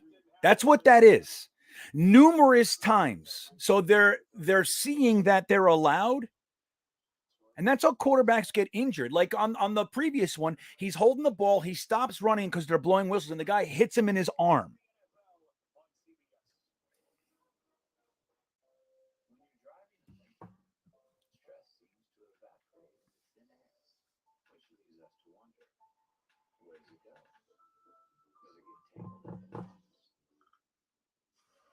AVT is playing well.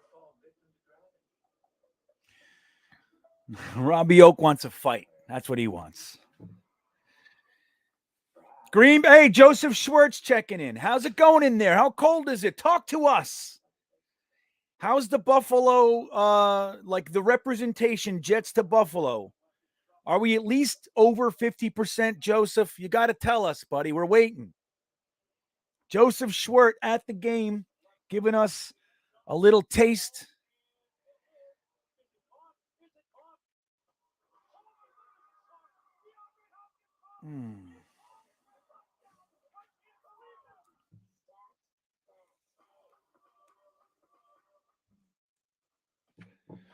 I agree. Joe, don't be afraid to let us know what's up. 50-50. So Joseph Schwert reports it's a 50-50 split with Jets fans and Buffalo fans, which sucks, man. Which sucks. But at least it's not over. Remember the Raiders game a couple years ago, they had more than us, which is just the worst. And they were all quiet all day because we beat the living hell out of them. And that's what I'm hoping this game flips, man. These are opportunities right now. We got to maximize this.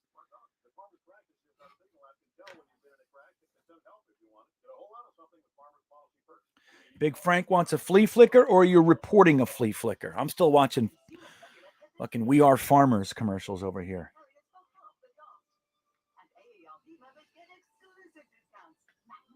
Amazing play. Okay, good. I can't wait to watch it. Oh, so we saying flea flicker's real. Joseph Schwert, how you like that?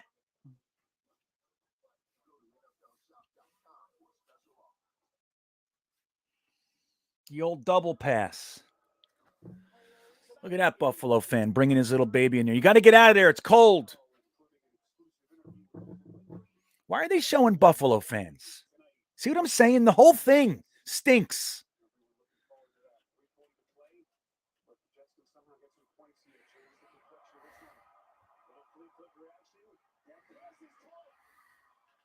Yeah, that was pretty. It's a dangerous play, though, man. It really is. But you know what's good about it is how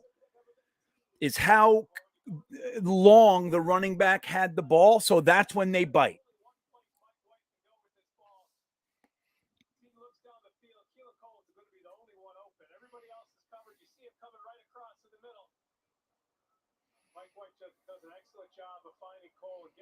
That was good. Okay. I like it. Yeah, Carter's a good back, man. Now, do I think he's going to develop into that like premier bell cow guy? I'm not convinced of that yet, but I think he's a very talented back, and let's watch him. Let's watch him develop, man.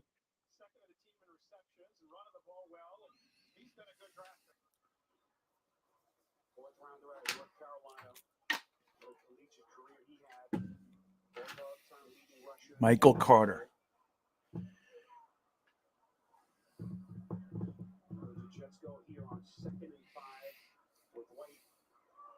Yeah, blown up. Greg Van Roten sitting behind the cornerback. What are you doing back there, dude? Put Cardiff in already. You know, I mean, I get it. You're loyal. You want to see guys develop, and you want to give them. I get it. Can we put somebody in there that's not going to be blown back literally 8 yards into the backfield?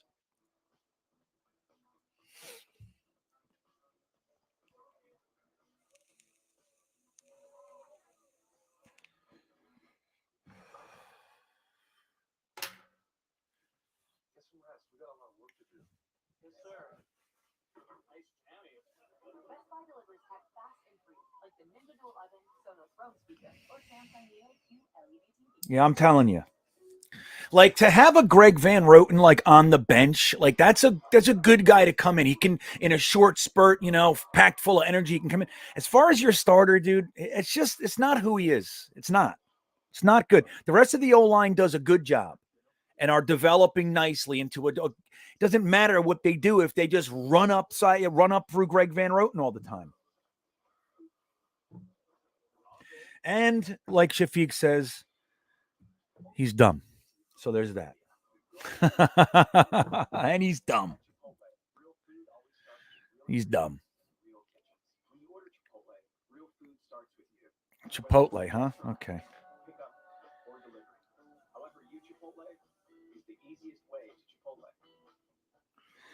I know, Robbie, you keep your mouth shut with that stuff. Yeah, I know where you're going. Don't do it. You've already said too much, Mr. Oak.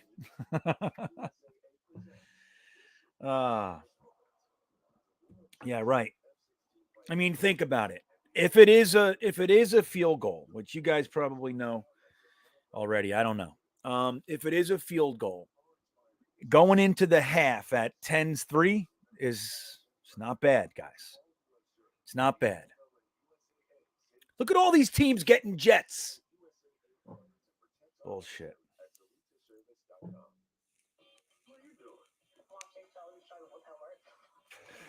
Nope. I'm already simmering down because I know what you're seeing. Was it a pick?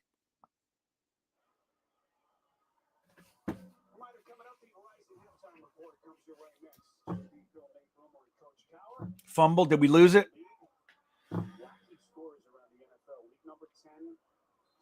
No.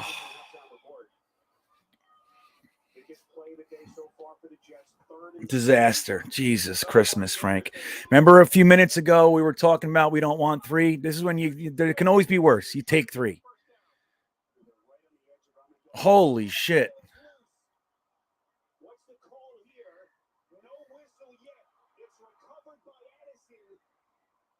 See if this is going to be ruled a fumble as Mike White takes a shot. It was Ed Oliver who jarred it loose. Is that ball moving forward? Of course it went forward. It went 10 yards forward. Look at Mike White. Yeah, that was McGovern, dude. Jesus Christmas.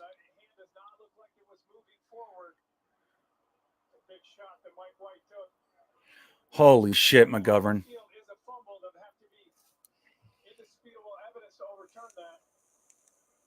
Just as we thought the Jets would at least get a shot at the field goal, a disaster sequence. And Ed Oliver, one of the first players that Sean McDermott mentioned when we asked him about his defense, his development, the emergence.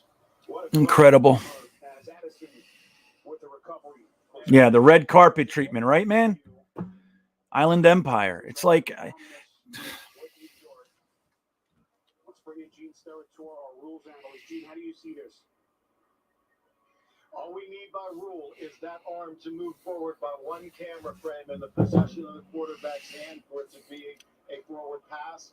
This is right at the beginning of movement, and we're getting a couple of angles even as we speak. And again, all you need is forward motion with a slight bit of control. And in my opinion, I think he has that. No fumble. Good. Just for that instant, good. Which would make that an incomplete pass. All right, so Gene weighing in. He's looking at it right now. He's thinking, Mike White's thinking right now when he's on the sideline looking at it, he's like, Connor McGovern is a piece of dog shit. That's what he's thinking. Got the 3 points. Thank you, Joseph.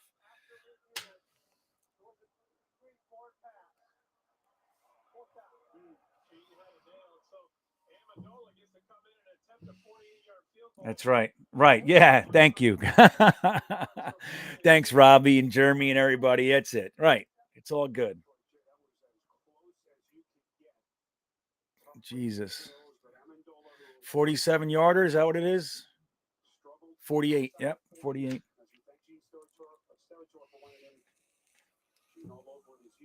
Yeah, we got to hold him. We got to hold him. Lee Cravat, Robbie Oak. We got to hold him, man. We got to hold them because they're getting the ball out the second half. Right, like Big Frank is talking about. They start the third with the ball. We have to hold them here.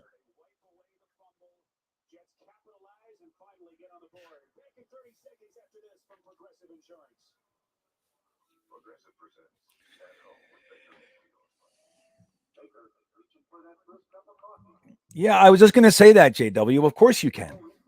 It just happened 7 days ago. You can. But, like, again, when you get down there, you have to come away with points. So we didn't get a touchdown yet. It's fine. It's not what we want.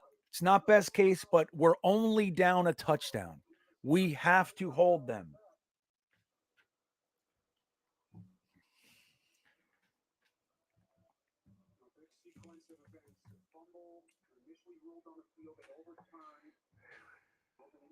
action, so the Jets with a chance at the field goal, and Amendola, who struggled from outside of 40, hitting on a 40. There are other centers though, guys. Don't forget. You know what I mean? There are other centers. If you don't get Linderbaum, there are other very good centers in the draft. He's the best. Stop. I remember the sack on Josh Allen, and then they get a couple of stops on defense, and now it's a one-score game. The biggest surprise so far has been the Jets defense after that tough start. They gave up the touchdown on Buffalo's first drive. You know, it's not all one guy or nothing. I'm with you, Jets forever. It's like, hey, that'd be great. It'd be great. At the same time, there are other guys. Jarrett Patterson comes to mind. You know, there are other guys.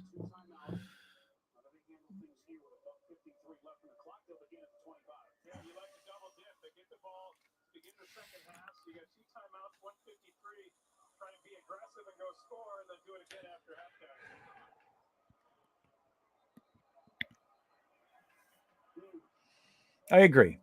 I think we need to use a second on a top tier cornerback.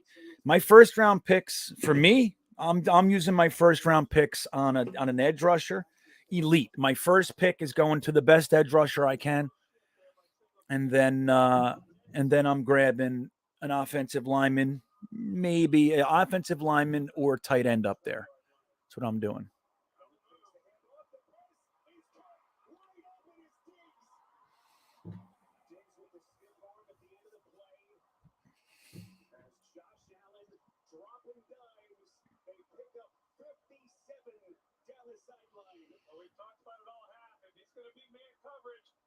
A little double move. Then we have one safety in the middle. It did break down the sideline, and I honestly believe that sucked. Every play that there's nobody in the Jets that can cover it.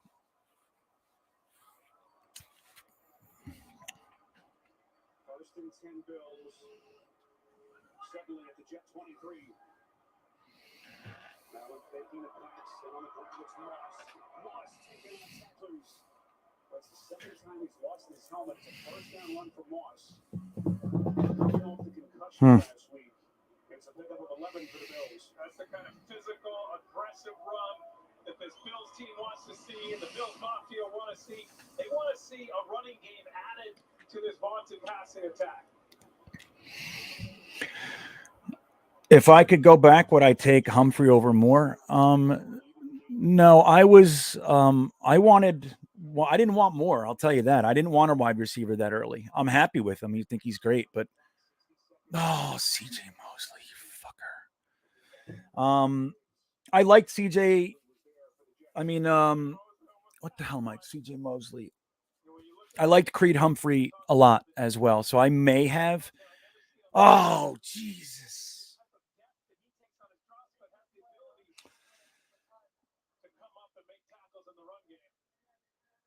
That's just so unfortunate that CJ Mosley missed that pick before, because that was it. That was the stuff that I was telling you about, where Josh Allen he's a very sketchy fella. You know what I mean? He makes big mistakes, and that we have to capitalize on it, man. That's our best defensive player, man. It hits him in the hands. I know it's like you're going back. You got to catch it, dude. Right, Ryan. I can't. Like, you only get so many. You know what I mean? But I was probably going tight end there, Paul. But I might have taken Creed Humphrey because I liked him a lot. But once I took, especially trading up for AVT, probably not. Probably not. But I would have taken Miners later or one of those guys. I wanted another. I would have taken Trey Smith in the 5th. Without question. I would have Jabril Cox, Trey Smith, all kinds of dudes. But I liked our draft. Don't get me wrong.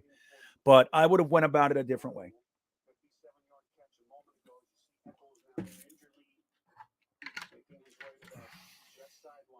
So who comes in for Eccles? Who's coming in for Eccles?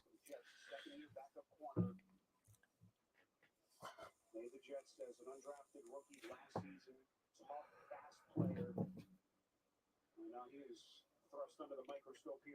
Hey, Bismo Charisma, what's up, buddy? Good to see you. It's been an interesting game. We've had some opportunities and have not capitalized, but it's been sloppy too. It's been a sloppy day. If we would have taken advantage of some opportunities, we would. I mean, it's still a game, right? It's still a game, but we had some real opportunities, Bismo. Real opportunities.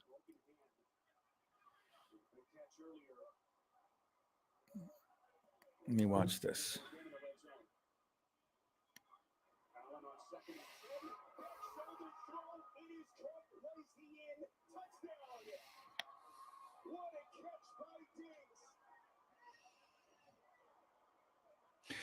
So that was called a touchdown. Is it a touchdown?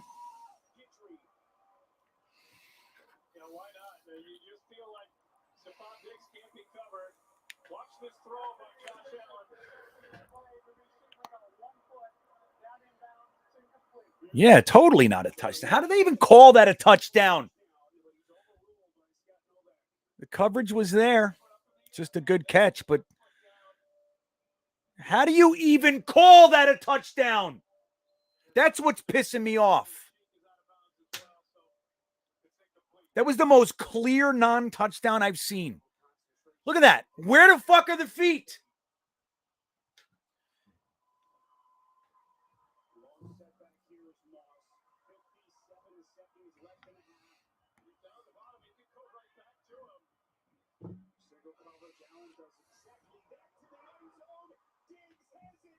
It's fucking bullshit. Touchdown anyway. It's a great catch. What are you going to do? Bid Guidry twice. No safety help, nothing. That's what I'm talking about, man. Fucking Javelin Guidry. You know, I don't know. Why is he alone on their best receiver? Where's Ashton Davis? What, you send him blitz? Is that what you're doing? Look at that catch, dude. And he's interfering. I mean, dude, that kid, surprised it was no call. He literally was holding his arm.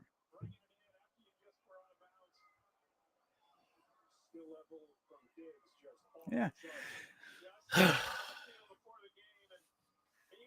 That's just so unfortunate. Now we got a minute. What are we going to do in a minute? We're going to come back down and score?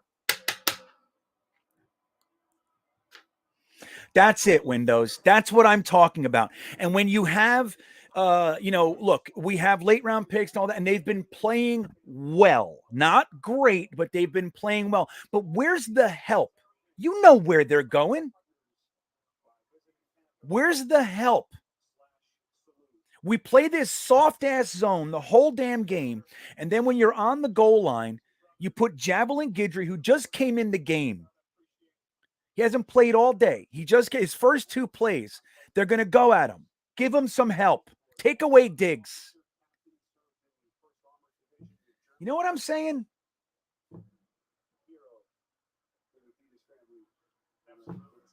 Take him away. Stuff him.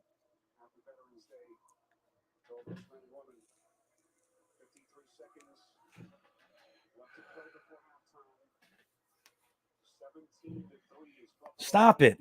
Stop with this stuff. Stop. We can't.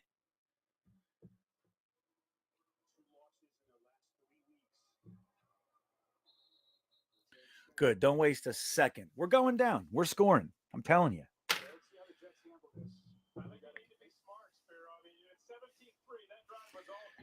Eric, but that's why he's not going to be traded. Nobody's taking that on. At least that's not what I think.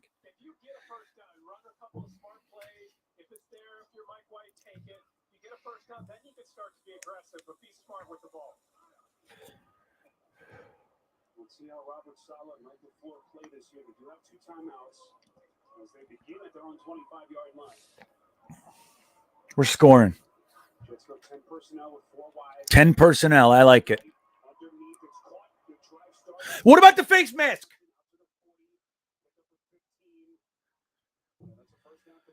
I got to calm down a little bit. I'm getting aggravated.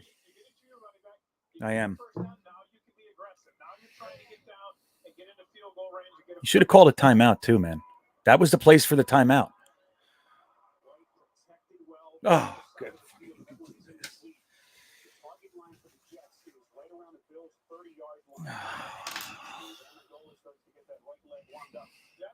To the 40, that'd be a 58-yard field goal. He has the range to be able to try that before halftime. I saw him doing it before the game.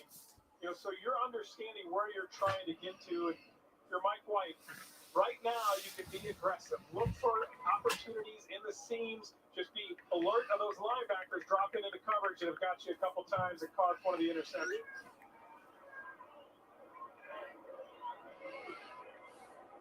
So White dissecting that defense pre-snap. Where does he go here on second and 10? Here they come. White gets down, release, and it's incomplete. They put it right where it had to be for Johnson as Ed Oliver was right in White's face. They were showing the double A-gap blitz. Those linebackers walked up, flaps because, and then they drop back into coverage. Ed Oliver's really become a pro this year, and that's what Sean McDermott talked about to us. Just he's understanding what it takes to be successful in the NFL and really playing his best football. Third year for Oliver. Nice overall pick back in the 2019 draft. Down to 20 seconds. White steps up in the pocket. That pass is caught. We're in field goal range. Davis football came loose. What's the What happened, Windows? Talk to me. and the officials say Buffalo has it. Oh, my God. Micah Hyde with the recovery. Unbelievable. Davis with his How disappointing has Corey Davis been this year? Huh? Fucking aggravated. Yo, Guy. What's up, O'Leary? What are you doing, buddy? not too much. Is this app still going even? I'm on a super awesome, fantastically lovable delay. Oh, okay. I don't know, because after I was just annoyed after the Diggs touchdown, so I came upstairs and sent myself the link, and I was like, "F it, I'll go talk to GreenBean." He gets You took a little breather from Yeah. the game. I know. Yeah, well, we just had a beautiful pass to to Corey Davis. Beautiful catch. He gets more yardage, gets within field goal range, and fumbles it, and Buffalo got it. Oh my God, how many? He gets away with everything, man. From the coaching staff, drops, fumbles. Yeah. He keeps running. God forbid, if it was Denzel Mims, he'd be That's sent what to I'm- Siberia. Thank you, Matt. But look at this. So Mims has one bad game in his entire career, and everybody's writing him off as the coaches know they see it. Clearly he's not right. What about from Corey Davis, dude? Why is he the written in starter? Because of cash? You know what I I'm mean, saying? that's the answer. He's It a is. good player too. Like, I don't want it to be like I hate Corey Davis. I don't. I think he's a good No. player, but he doesn't deserve the benefit of the doubt over and over and over again from this, which he just gets. Like, no Yeah. matter what, he's going to be out there. We know it. That's right. He's the starter, and it's not penciled in; it's written in pen. And that look, and like I'm with you too. I'm not here. I'm rarely one to like trash players, especially when they're talented. Corey Davis is clearly talented, but Corey Davis has clearly not been what we hoped. Super drops all over the place, numerous fumbles. One that he happened to get, he fumbled it and picked it up, but like drops, fumbles, injuries, and then that was a game-changing play. If we get 3 more points there at minimum, dude, that's important. That's important stuff. And again, it's crazy. What do you think? What's your overall? Clearly, you took a breather before it, so I know you're not exactly happy. But what's your overall thought on this thing? What are we looking at here from your perspective? Some frustrating things in there. Defensively, they kind of come around a little bit in terms of like, I don't know, just either getting to the quarterback or holding their own, which I'll take. But just some frustrating things on offense. Like, how can you possibly take a delay a game on 4th and inches in that spot? You have to know you're going for it there. Just like I tweeted out, just quarterback sneak behind Elijah Vera Tucker. You pick it up and you keep rolling. Like, what is there to think about? Right. That is it. I mean, look, now what do you attribute that to? What I was saying, as while I'm completely disgusted, and hey, Ryan, we're just going to finish up with this question here, and we're going to let you dump it all over us. But what I'm saying is that's the stuff that is what you call a rookie head coach mistake. That's what that is. Having no awareness of where you are, where the play clock is, and all that. While I'm disgusted, that's what we're looking at there. Do you see it the same way, Matt, or you're just like no excuse, period? Where are you with it? I can't come up with any excuse in that situation. It's flat out unacceptable. And honestly, too, like this is off topic, but it's just coming to my head at this point because right after that, White was hit after the whistle. That's happened twice already today, and nothing. It's unbelievable. And man who just came back, he got hit after the whistle. Nothing. It's nothing. It's embarrassing. And I'm not someone who's like blame the refs. I'm never on that side. But it's just so obvious right now. It's unbelievable. It really is, man. So and look, the one, everybody, they blew the whistle on the first one. Everybody stopped except the defensive end, and he hit his arm twice, like punched him in the arm twice. Like, dude, that's literally, that could be a finable offense. Like you're trying to take a quarterback's arm out. Like I get it if you're sacked, but the whistles were all blown. I can't imagine a world where that's not the call. Like you don't call that. But so Ryan, I asked Matt overall, what are your feelings? Clearly we didn't like the way the half ended, but what do you see in the whole day? And then we kind of organically got on the fourth down, the 4th and inches delay of game. But what do you see the whole time? How are you ingesting this one? It's a little frustrating, right? Like I'm looking at everything going on. Like you guys, I'm frustrated with the no calls on the hits on White. The man punt, I wasn't as beat up on. He went down, but it seemed like the defender kind of hit him in like the hip almost, so it's not as, I guess, egregious. Right. I don't know. It sucks. We're putting ourselves in weird situations because I feel like we're always 1st and 20 or 2nd and 17 or something like crazy. So I don't know. I really don't like it. Greg Van Roten's having another terrible game. Yes. Elijah Vera Tucker and McGovern keep getting, communication mix-ups or something going on there because they're not having a very good game either. This is the second week in a row our offensive line is getting beat up by the opposition defensive line. I thought defensively, I want to know if it's a situation like a defensive thing that Ulbrich just does by only keeping Bryce Hall on the one side of the defense, or if Bryce Hall can't play the other side, because not having Hall on Diggs the entire game just seems completely egregious. You have Guidry who comes in relief for Eccles, and it's like the obvious call, like, okay, yeah, we're going to go to our best wide receiver, and they clearly know he's not moving to the other side of the field. That's why Diggs is on the left side every single play.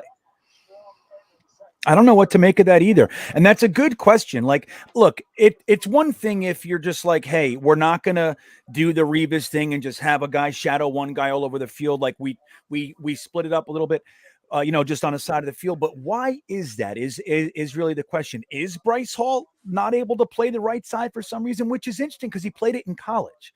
So I remember distinctly Bryce Hall being on the right side when I would watch UVA games. I don't know what that is, but there's a lot of that sort of stuff with the defense. And again, I don't know why we play the style of defense that we do. If Ulbrich just feels like he has to kind of protect the defensive backs, maybe they're not quite as adept at, with the defense as we might think they are. Maybe he's trying to protect them, but I don't think we should. Like, 3rd and 3. Soft zone, like stuff like that, like, and that's every week we talk about this. Like, when is the compensation going to take place? Like, when are we going to say, okay, enough of this shit, enough with 3rd downs, 3rd and 3, they just pass it without any contention? Like, when is this going to stop?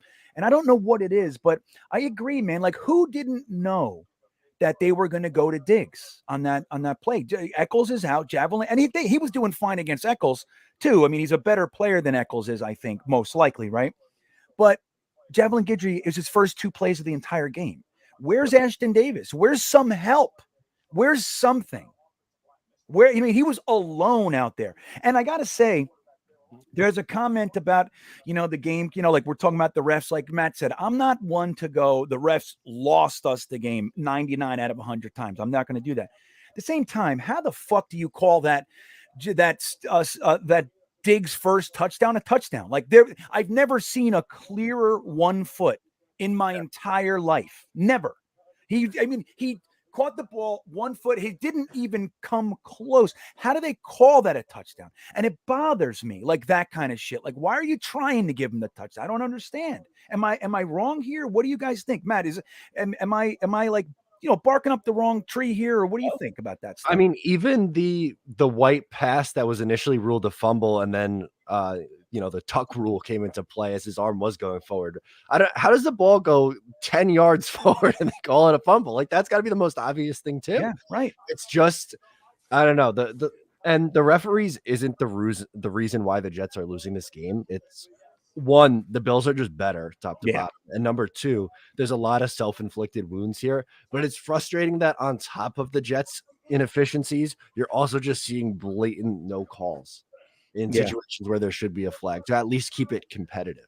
Yeah. Dude, I was sitting down watching that fumble, and or fumble, I guess. And I'm like, how'd the ball go that far down the field if his arm wasn't going forward? Like, that's physics. I was saying the same make sense, right? Like, look, I'm on a delay, right? So I'm like a two play delay, which is aggravating at times. But the chat does a good job of letting me know everything that's going to happen, so I'm like prepared.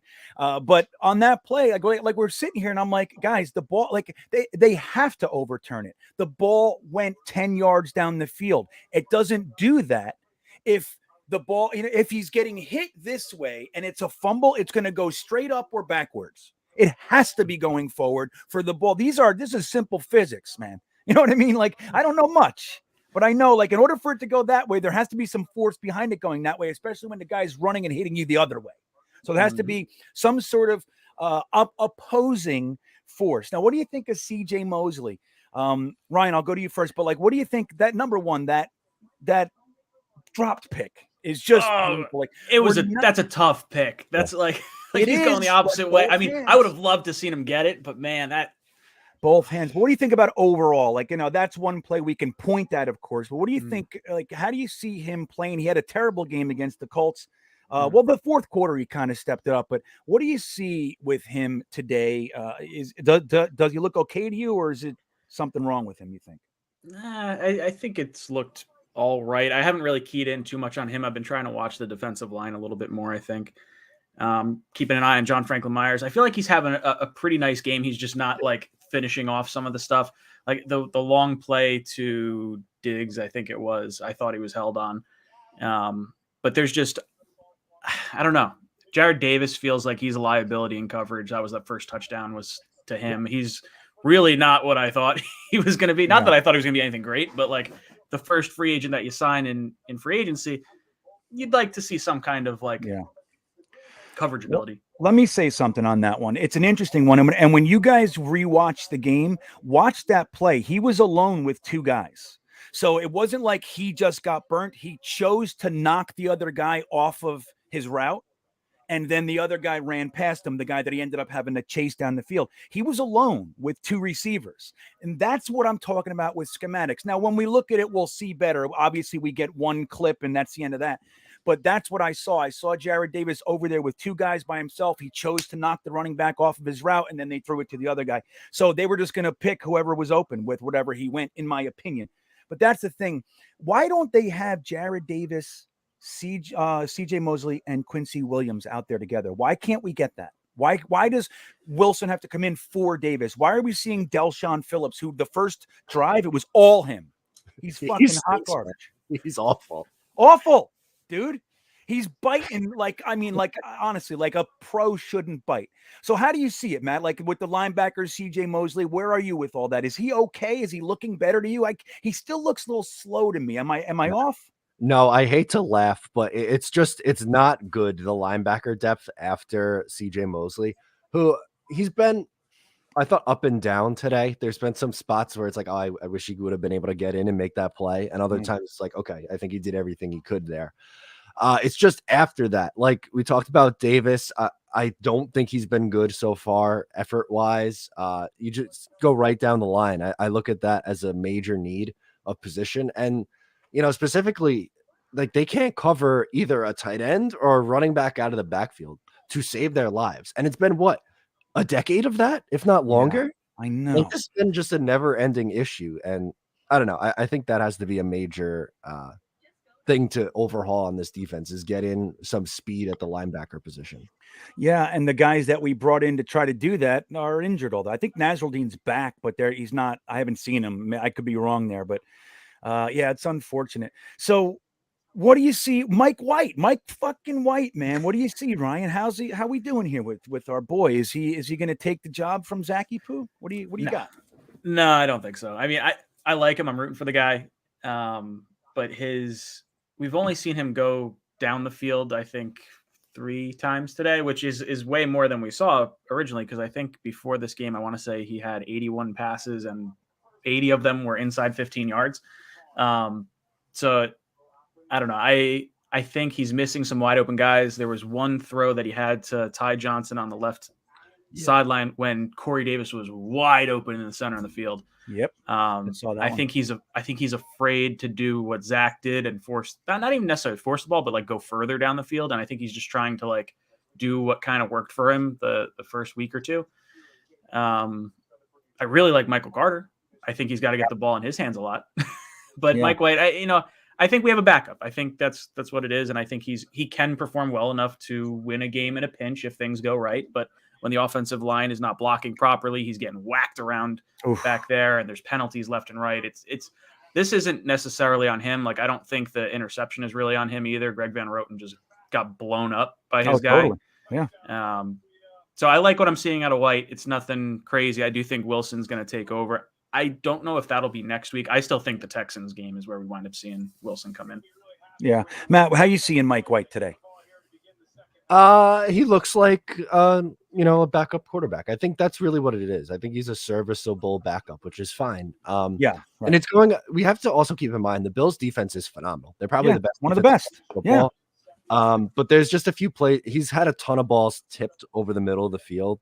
And I think he just looks a little bit off too. Like even earlier in the game, there were a few throws where like there's one on the left side to Michael Carter that he just threw out of bounds a little high. And it just hasn't looked, the same like he did at the start of the Colts game or against the Bengals game, obviously against good competition. But, my stance all along has been that when Zach is healthy, I think he'll play. And I still believe that. Yeah. Guidry getting picked on again with a long pass to Diggs. Really? That's how we started the third quarter? First throw of the third quarter. How many yards? At least 20. I don't know what it actually ended up being, but it's Well, when are we going to give him some help? When are we going to give him some help? They're going to do that until we do it. It's like, we do have a stubborn staff, in my opinion, and we've talked about that a few times. Like they hold on to guys a little too long, and dude, look at the hold on Quincy. I don't know. A long pass. Yeah, there was a hold. He was coming around the edge. They literally had his hand in his face mask. It was like pushing down on his face. Look, watch the edge. I'm watching it now because I'm fucking a half hour behind. They're not showing it. But yeah, so let's do this real quick, and I'll let you guys run. Ryan, we win in this one, or what do you see the final looking like to you? I just hope it's close. I'm not expecting a win against this team. Like I predicted Buffalo to be my Super Bowl team from the AFC before the season, and I still don't really plan on changing that. I just want to see the Jets keep it competitive and give me some hope for the young players moving forward. Yeah. Matt, where you stand, buddy? I think there's a real shot that this could get ugly in the second half, especially if the Jets can't move the ball. It'd be like 34-13, something like that. All right. Well, I'm going to do this. I'm going to tell you guys right now, we're winning. We're winning this game. Don't do it again, GreenBean. Come on. I'm doing it. I think Mike White needed a few minutes. He did settle down somewhat. I'm not going nuts here. I think we're gonna keep it close and we're gonna pull it out because Buffalo Bills leader is a chokester, and we missed the opportunities, and we're gonna take care of them this half. We're gonna win, guys. I'm gonna say 24-20. They're gonna score one more field goal the whole game. The whole game. What do you think of that? I wish, man. Yeah. From your lips to God's ears. Yeah. You guys are the best. I thank you for coming on. At any point you want to check back in, the door is open. But I thank you guys for popping in and spend some time with me. Sounds good. Catch you later, boys. See you guys. Of course. Thanks, GreenBean. You got it. There they go. The best in the biz, Ryan and Matt. So yeah, man. I mean, I don't know. I think we're gonna turn it around, everybody. I see no reason to watch and not think it until it's unthinkable. That's my take. I think it until it's not thinkable anymore. Do I think it's likely? No. Look at this. Holy shit, did we bite? That's not good. Well, that's not the way to do it.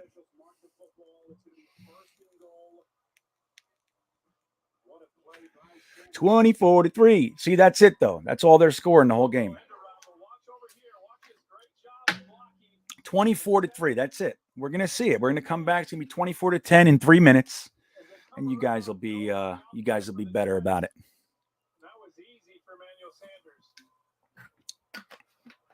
Yeah, I'm telling you, Jeremy. That's what I see. I see CJ Mosley doesn't look as sharp to me the last few weeks. I mean, he's noticeably slower to me. He looks lumbering. He looks trudged. Even there. The CJ Mosley of week 2 makes that tackle. He had the line. Take it. You know what I mean? Why not?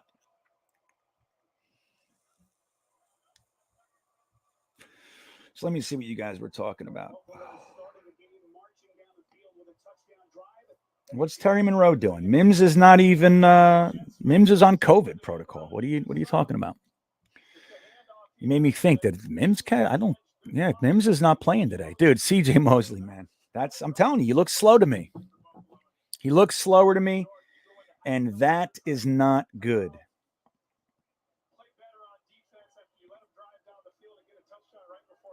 Yeah, that's what I see, Robbie. He just doesn't look like CJ Mosley. And I don't know why. I don't know what it is. See, but look, when you say garbage time, I'm gonna say this, and I said it. I think I said it to you last week. Like, it's not garbage time with 22 minutes left, and that's not garbage time. Garbage time is the last 5-6 minutes of the game, and or like when it's 5, 6, 7 minutes left and you're down 30. That's okay, I get it. But when you're coming back and you have an actual chance to tie the game, that's not garbage time. You just you're doing a comeback. That's what's called a comeback. It happens all the time. Sometimes you make it, sometimes you don't. Like last week in Indianapolis, we were about to go to 37 points with 1 minute and 20 something left. And we threw a pick. It didn't work. But if we score there, dude, we're down a score. You know what I mean? Like, that's a comeback. It's not garbage time. This isn't garbage time. This is the first drive of the third quarter, man. And we can win this game. You know what I mean? So there's no reason to feel that way.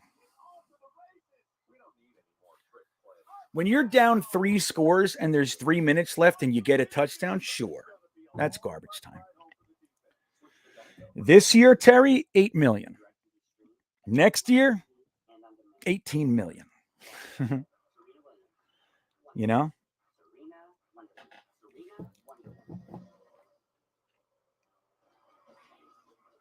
It's but it doesn't matter if they choose to play a softer defense while there's still time to win the game. How many times have we seen a team choose to go to prevent or something and lose the game? How many times? I've seen hundreds. A lot of times it's us when we have a lead. We let them come back in. How many times did the Patriots come back? Like the Patriots Super Bowl with Atlanta. That's what is that garbage time? No, they came back and won it. Now it's hard to do that. It's hard, but it's like, it's not garbage time.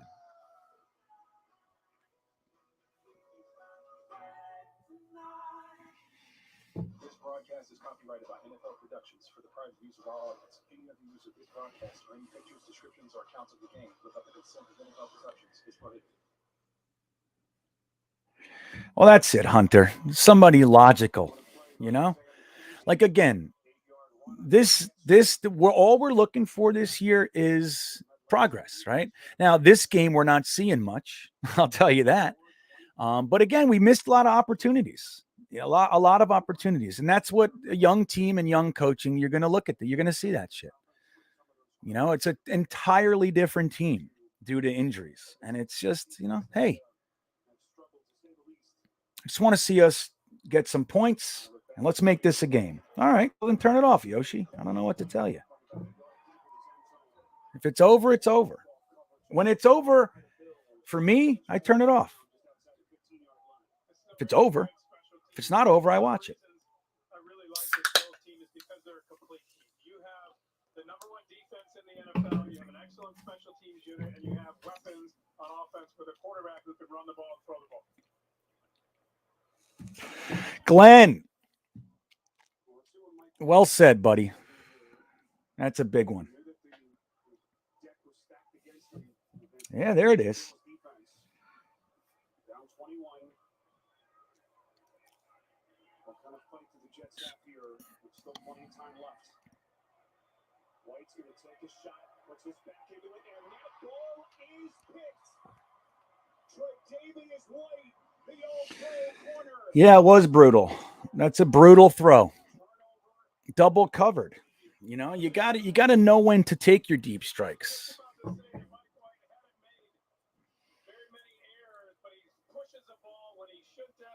Yeah, the Davis fumble was huge. That was a huge one. There is momentum and such. You know what I mean?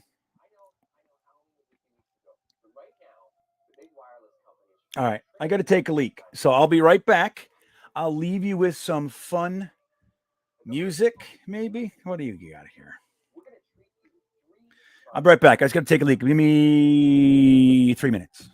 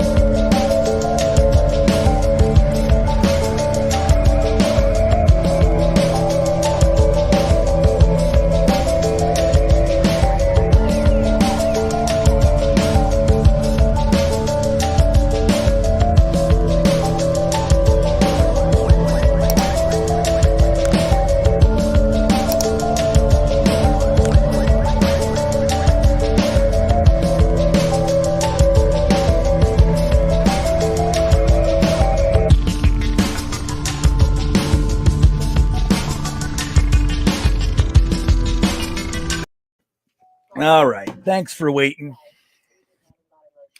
Thanks for waiting. All right. What are you guys talking about?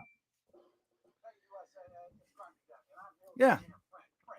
And that's just it. It's like, you need to know. You need to see. And the thing is this, too. It's like everybody, like I said, from the first day of the Jets beat saying, we have a quarterback controversy. Can you commit to this and that? All that sort of shit. Zach's hurt. All right. So the number 2 quarterback is playing. He came out, he threw for 405, beat a team we shouldn't have beat. So, of course, there's going to be hype.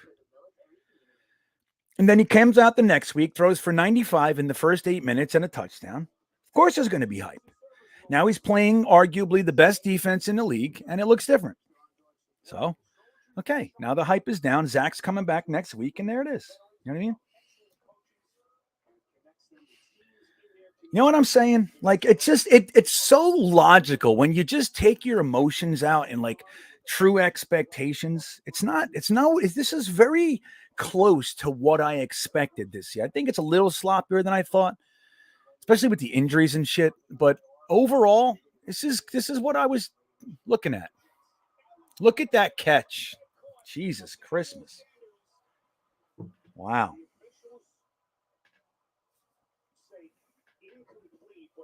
Oh, totally, Holton. And that's what we're seeing. Like, look, my position here, you guys give me the opportunity to talk to you guys and we hang out. And like, I feel like my position is like, I've been here a long time and I'll try to remain logical. Nobody wants to listen to me. That's fine. But like the whole thing, like the Jets fan base is funny. It's really funny if you just take a step back. It's like literally I was having discussions earlier this week about how much trade value Zach has. And I get it's fun. We could talk about that stuff. But there are people that legitimately think that.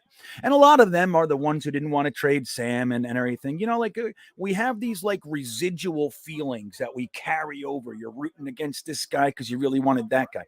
I don't do that. There are guys I think are better than others, of course. But all I want is to win. And when guys look a certain way, it's exciting. I allow myself to have fun. Jesus Christ, man, this is getting ugly. Wow.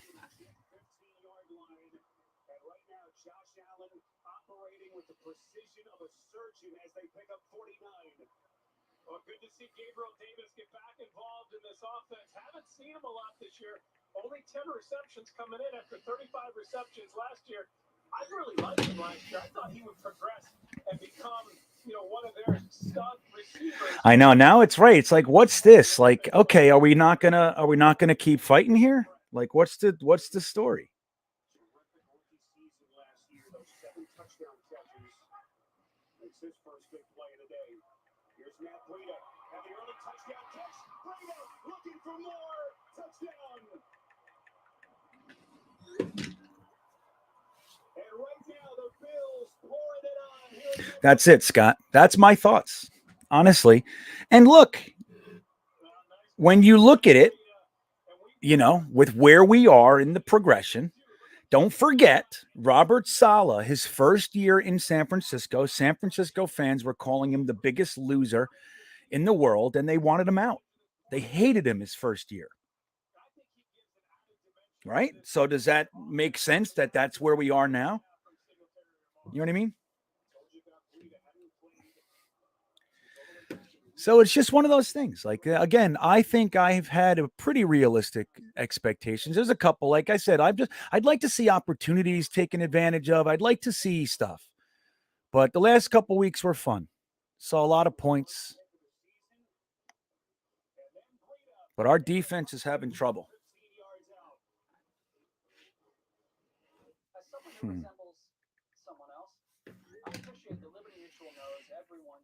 You think Flacco's going in? No, I think they're going to stick with him.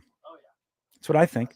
I think they're going to let the Mike White thing do what it's supposed to do. That's what they're going to do. Yeah, don't worry, John. I'll give you some. Like, I don't know, man. I remember being, like I said, I went to every game for 6 years, right? And then I would go to, 3, 4, 5, 1 year. And there was a 5-6 year period, I forget, where I went to every single game, home game, that is. And I can remember being in that stadium, utterly miserable. And I mean miserable. Like losing 6-3 to the Colts, freezing my ass off, like when the Colts were in our division and everything. The Colts sucked, we sucked, and we can't score, more than 3 points, that kind of stuff. And I don't know, like I guess, hey, look, you get older and everything, but like, there's no way this team is going to ruin my week. It's just not going to happen. Now, I'm not happy right now, but it's just, I don't get there anymore. I try really hard to look at things constructively. Sometimes it's really hard. Like today, this is going to be hard.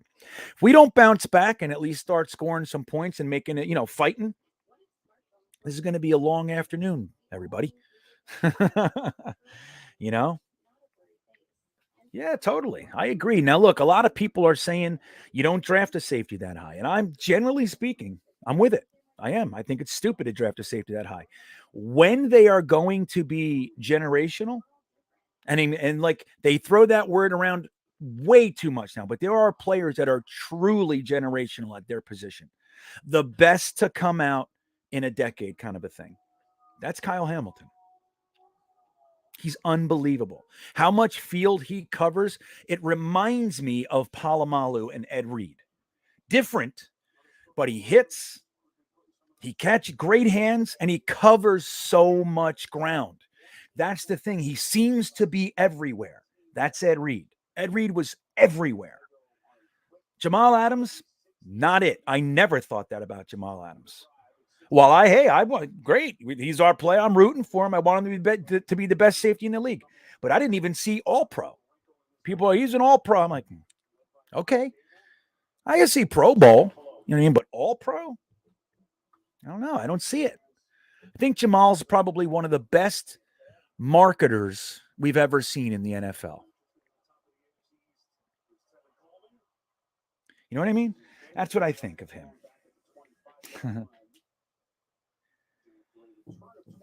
That's what I'm saying, John Holton. And look, maybe he's not, but you can never tell, right? Like there are guys that look so good in college, and then you get them, and it's like, you get them, and it's like, what happened? Now, the Jets are interesting because we have a dark cloud, right? Like you remember the guy Carter I bring this up often, but it's a great example. Like he was the best punt returner in the entire NFL for years and years. We sign him in free agency. He comes to the Jets and he starts dropping punts. He can't catch. We literally cut him mid-season. He sucked so bad. He went back to the Niners and resumed his career as a great punt returner. It's incredible.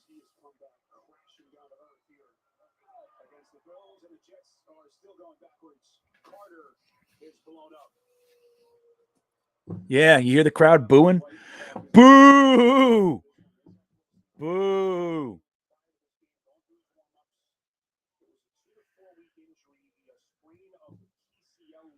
Why does it seem our offensive line sucks even though we spent on it years now? Well, let's look at what we've really done. We're 2 years in to the offensive line, right? The one guy that we put in there is not in. All right, he got rolled on, and I don't know when he's coming back, but the offensive line is supposed to be Mekhi Becton over there, and we have really a glaring weak link in Greg Van Roten.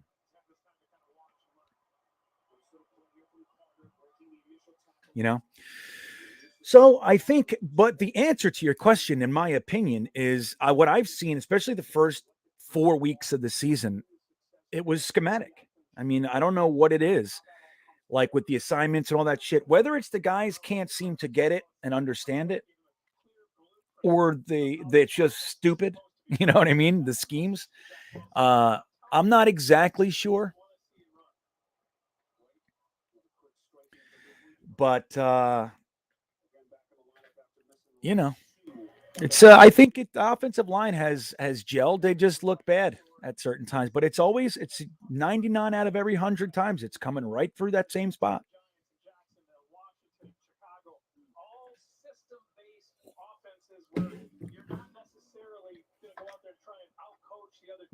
Another pick. Jesus Christmas.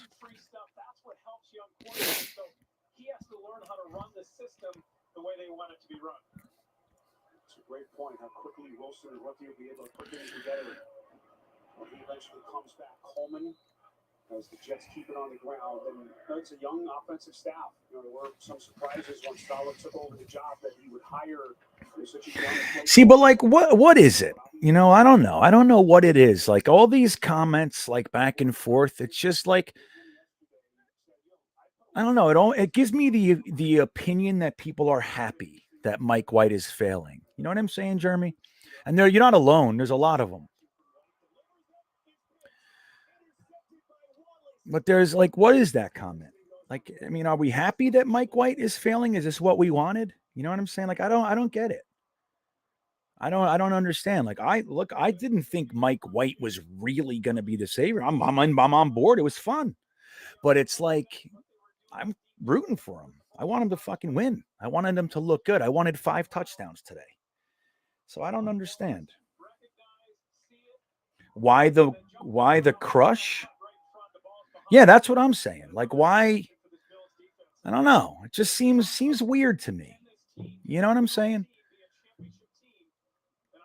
It's like everybody knows I'm critical of Javelin Guidry, just as an example. But seeing him get burned, I feel good because I'm right? No, I hate it. Look at that hold, dude. And that's the thing, man. It's just bullshit. This game is bullshit. The whole fucking game. Did we get the hold there? Because give me a break. Right in front of the guy. Yeah, but everybody can see that. Jeremy, everybody can see that. But there's a gloat. And look, I said you're not alone. I'm using your comment as an example, and I'm not mad at you or anything like that. But it's like I don't understand that. You know what I'm saying? Like I don't get it. Defense, dude. Look at Javelin Gidry. He fucking sucks. Now he's getting a personal foul. See how right I was? It's just, I don't know. I don't understand. I don't understand that. Right? What do you want? Look, Fucking asshole. Look, I'm not rooting against White. No, that's why I was safe. Wait, real quick. That's why I used your comment, because it's safer. You know what I'm saying? But yeah, I'm using yours as an example. But okay, go ahead. Explain yourself. I'm sorry. No. I'm just saying there was a lot of people who a couple of weeks ago were saying bench Zach. That proves that Zach is horrible. You know, like they were right away so quickly. And I'm just saying, like, this was the game we needed. This was the litmus test. Totally. You know, this was it. Yeah, this was it. I wanted him to play well because I thought, by the way, if we would have walked out of that half 10-3 and we don't leave, Diggs wide open and give no help to Eccles, if we leave that half 10-3, after the first pick to the end of the half, I thought White was coming back and playing well. Yeah, I did. Like I was starting to feel pretty good about it. So, it's a bummer because remember we talked about the worst case scenario was we were gonna be able to slap like a second or first round comp for him and have value out of him. So that's why we didn't want to see this, because this is gonna probably take that opportunity away from us. It is. And that's the thing. Like, look, I know there are plenty of people taking their victory lap. Like I said, I've made videos. I never saw the divide. I did not understand why anyone wouldn't be okay with Mike White being successful while Zach Wilson is injured. Never understood it. Right? Because, are you kidding me? And a flag. Oh, that's just crazy. So it's like if Mike White plays well, if you keep him in or you put Zach in and he leaves, let's say his 3 games, if this one he did well, 300, even if we lose, doesn't matter. 300 yards, couple touchdowns, and it's a competitive game. And we sit him on the bench and just leave him there with that. Teams are going to want him next year. They're going to want him. You can slap a second rounder or you can have a good backup. It doesn't matter. But there was no scenario that was negative for us. None. And now, like a lot of people, great. So the guy ends up proving that he's still a developmental quarterback, and he's shown some great things, but he clearly having difficulty today against the best defense in the league. But now it's like all that's gone. Great. Is our victory lap worth it? You know what I mean? I still think he's a good backup quarterback. We're playing against the best defense. Everything that can go wrong is going wrong. He's obviously starting to press the ball because of the situation, right? He's trying to force something to happen. I think he's definitely more of a dink and dunk quarterback when he comes in. And now he's being forced to be more than that, and he's not. But I think there's an argument that against most NFL teams, he's a solid backup quarterback that can keep us in a game. But, it probably look ugly if Zach was in against Buffalo. That's why I didn't want him in anyway. Yeah. Well, the funny part about it is, a lot of fans are so incredibly misguided that they don't even know what they're asking for, because Miami is number 2 in the league at hitting the quarterback. So it's like, right. Put Zach. Fucking dude, it's not, it's like, be careful what we wish for, right? I totally get what you're saying. And like, look, the thing is, and this is what I've been saying the whole time, like fucking Samini and Cannizzaro asking solid questions on day one. Are you going to commit to Mike White? Dude, the other guy's injured. Of course he's playing, the other guy's injured. So it's like, I never saw it. And I've taken this kind of center approach of like trying to go, no, that's good. This is good. And people are nuts. I was hoping we were going to have a good problem of what do? We have 2 really good quarterbacks, but I don't think that it's established that he's not a good backup quarterback. But I think obviously this is going to put for now at least, an end to the conversations of he's the Tom Brady story, or he's the going to get us a first round pick if in restricted free agency. Like I think it's going to we're going to put a pause on that. We still might have to slap a second on him to protect him as a good backup quarterback. I think that you can't erase what he did. Yeah. It's just that we're seeing that he's a human being, and he could also play really poorly. Yeah, and that's just it too. Like, and just like we said about Zach and about anybody, it's like when let's just say like Bryce Hall has a great game, it doesn't mean he's the best. When he gets beat for a touchdown, it doesn't mean he sucks. It just means that they're in the NFL and they're going to have good games and bad games, and especially this early in the process, it's like what do we really want out of this? And we want better than this. Don't fucking don't get it twisted. But at the same time, it's just like, okay, we got to give these guys time. I never felt down on Zach Wilson for 5 minutes. Not for 5 minutes have I been down on him, but I've been aware of his difficulties. And with Mike White coming in and throwing for 405, more than likely there was a whole bunch of trap aspects going on there. And anybody being around a while and paying attention and looking at it logically would know that. You know what I mean? Yeah. It's like, yeah, but it's fun. It's more fun. And we got to see Moore, and we got to see Carter and everybody else. And that's what's fun about it. You know what I mean? Like, we're getting to see the other guys. Yeah. Yeah. No, there was some things. This could have been a very different game. People, it might sound crazy, but that Corey Davis fumble was just agonizing. And then, I just can't get over first of all, the lack of the holding call on JFM on that big play to Diggs that got totally. That was, that's just totally, they're calling every flag on us, and you could see JFM being held. But also, I'm questioning Albrecht. I don't like this leaving a rookie cornerback on an island. Then Guidry comes in and you're leaving him on an island against a guy like Diggs. I just don't think it's smart defensive scheme. Like, I just don't think it's smart coaching. Nope, I agree, and I haven't liked it all year. And we've talked about that. It's like it's not working. You know what I'm saying? Like, there has to be some other aspect of what you can do. And I understand that this defense is predicated on pass rush. I get it. But guess what? We're layers deep on injured pass rushers. So you cannot expect the third and fourth stringers to generate the same pass rush as the starters, as the guys that that you paid $15 million, whatever it is. So when it's not, you got to say, okay, well, that's not working today. Let me do this. Let me do that. And I'm not seeing that. It looks to me like we have the same defense. And I know that's not accurate. There's definitely some changes, but it looks to me like we're just going with what we go with and seeing how it goes. And we're getting destroyed. The second half has been about as ugly as I've seen. 37-3. Ugly. They just put up 21 points in 9 minutes, right? So. Yeah, Big Green wants to know. He says, hey, everybody, what's going on? I'm at work. What's happening? Big Green, stay at work, kid. Stay at work, man. Yeah, everybody's helping you out. It's not looking good. Yeah, I don't know, Terry. I think Trevor Lawrence is still a good quarterback, man. It's just what to expect. 9 out of every 10 rookies look like this. Like the fact that Burrow and Herbert came in and look good, that's an anomaly. Most of the time they look like rookies. GreenBean, let me know when they're lined up to snap the ball for you so we could be in the same place.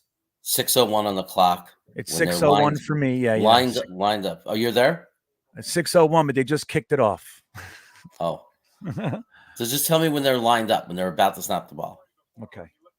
So this way, at least we could, I won't be ahead of you because it'll be weird if I'm screaming and reacting. And what's my favorite roller coaster, Mark?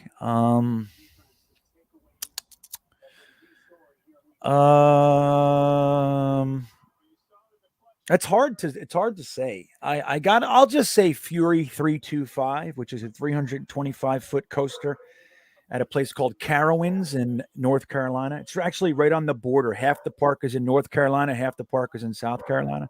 Really cool. But that coaster is amazing. They lined up yet? Oh shit, I fucking totally forgot. They just ran the play. I'm at 550. I'm sorry, Jeremy. That's okay. I'm I'll the worst. just catch I'm up to you a little bit.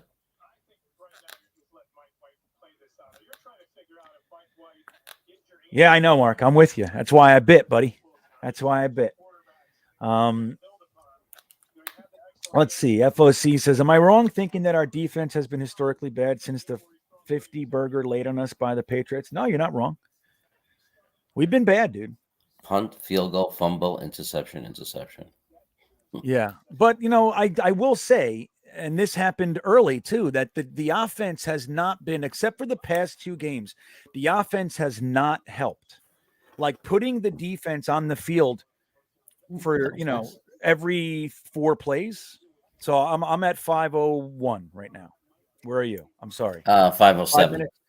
458, So 457. I gotta catch up to you 6 seconds. Yeah. But that was a good play.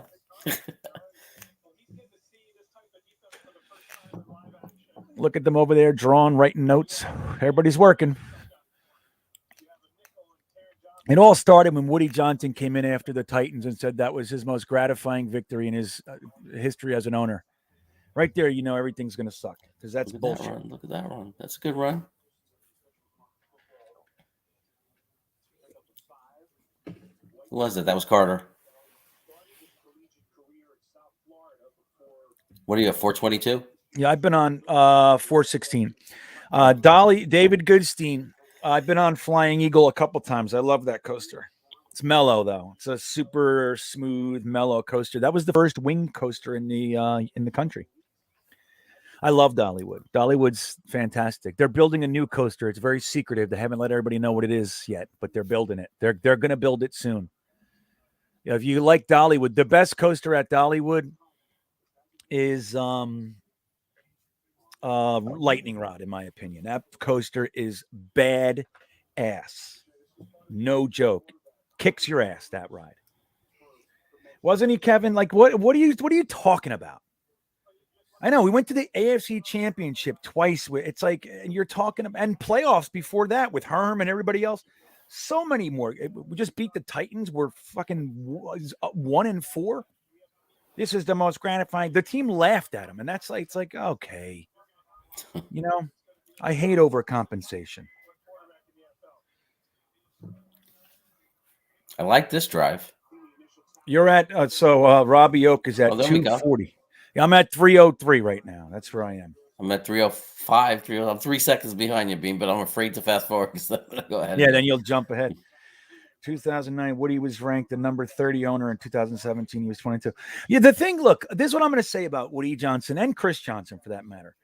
They don't know what they're doing as far as building a team, which is why we've seen consulting firms brought in, whether it was what the hell was the name of Corn Ferry, and then you had Casterly and Wolf brought in. Like, that shows something. That is an owning of, I don't know what I'm doing, so I'm going to get somebody in here that knows. Okay, so you got to give credit there. Number 2, they've ended up hiring guys that they were advised to hire. They all sucked. Idzik sucked. Mike McCagnon sucked. They sucked. Okay, they were not supposed to be in that position.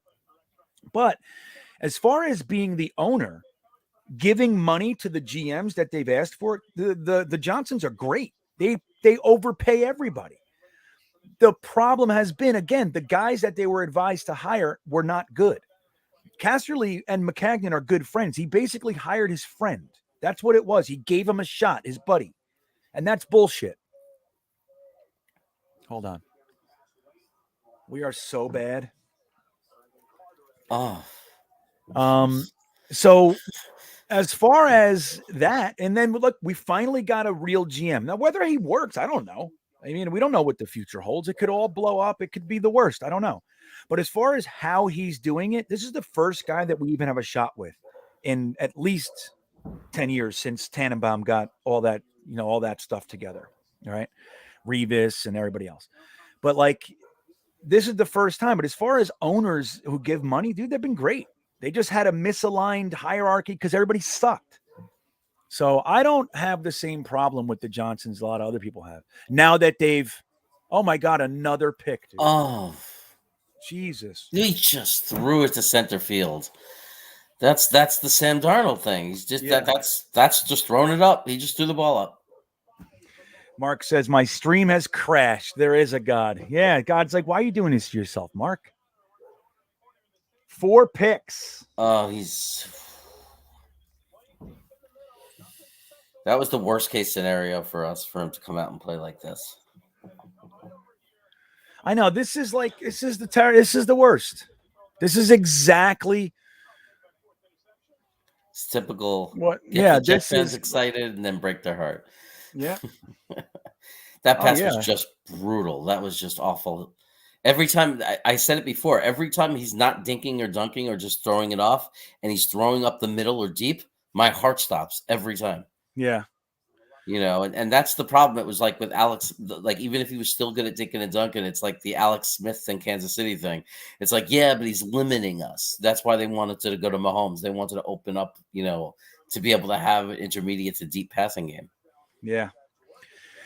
Yep. So Yoshi, well, Six Flags Great Adventure was my home park my whole life until I left, which is I don't even remember, 30, 31, 32, I think I left the area for good. I lived in California, I think. But yeah, so I went on Nitro, 30, 40, 50 times, that kind of a thing. I love Nitro. But yeah, remember when Free Fall first came out? I remember when it first came out, the first time I went on it. You'd hear the clink. It was a big deal. Yeah. They still have that model over at Dorney Park. It's called it's called the Demon Drop. And they still have it. My son just went on it for the first time this year. I got to go to that one the next time I visit my parents. Dorney Park's great. It's very underrated, man. Very underrated. Oh, look at this. Look at this.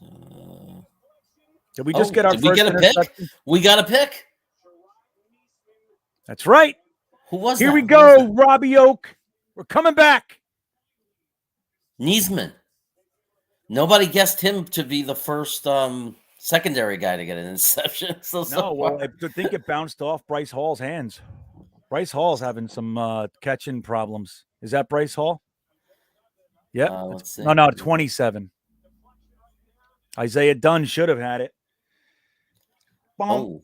But you know what? You know what, though? Dunn made a play, though, right? That's good. He did. That's good that Dunn got in there and made a play. Yeah. So, our first actual pick. So, Nolte asked me if I have a home base in Florida. I don't have a home base in Florida, but I am a resident of Florida. So, that is my home base for that reason. I'll be in Florida in a week. Oh, wait. I think I have one more week here in Virginia, and then I'm gone. And I'll be in Florida for 5 weeks, 6 weeks, something like that. It's cold, man. It's like it was 20 degrees this morning. I was like, yep, it's time to go. We haven't dipped below 70 for any extended period of time this whole road trip. 18 months, I haven't been below 70 for maybe a day here or there. But this last 3 weeks, it's been freezing. I'm not liking it. I don't like it one bit.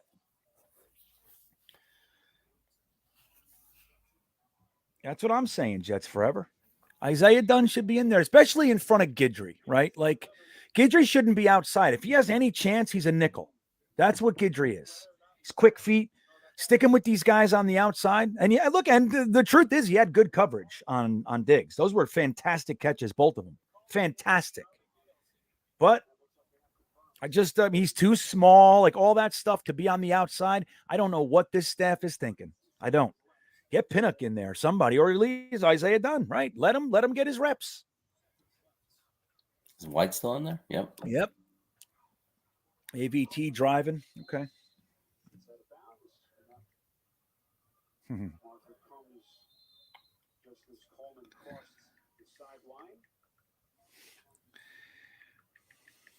Oh, it's a flag. Watch. It's going to be a holding, right?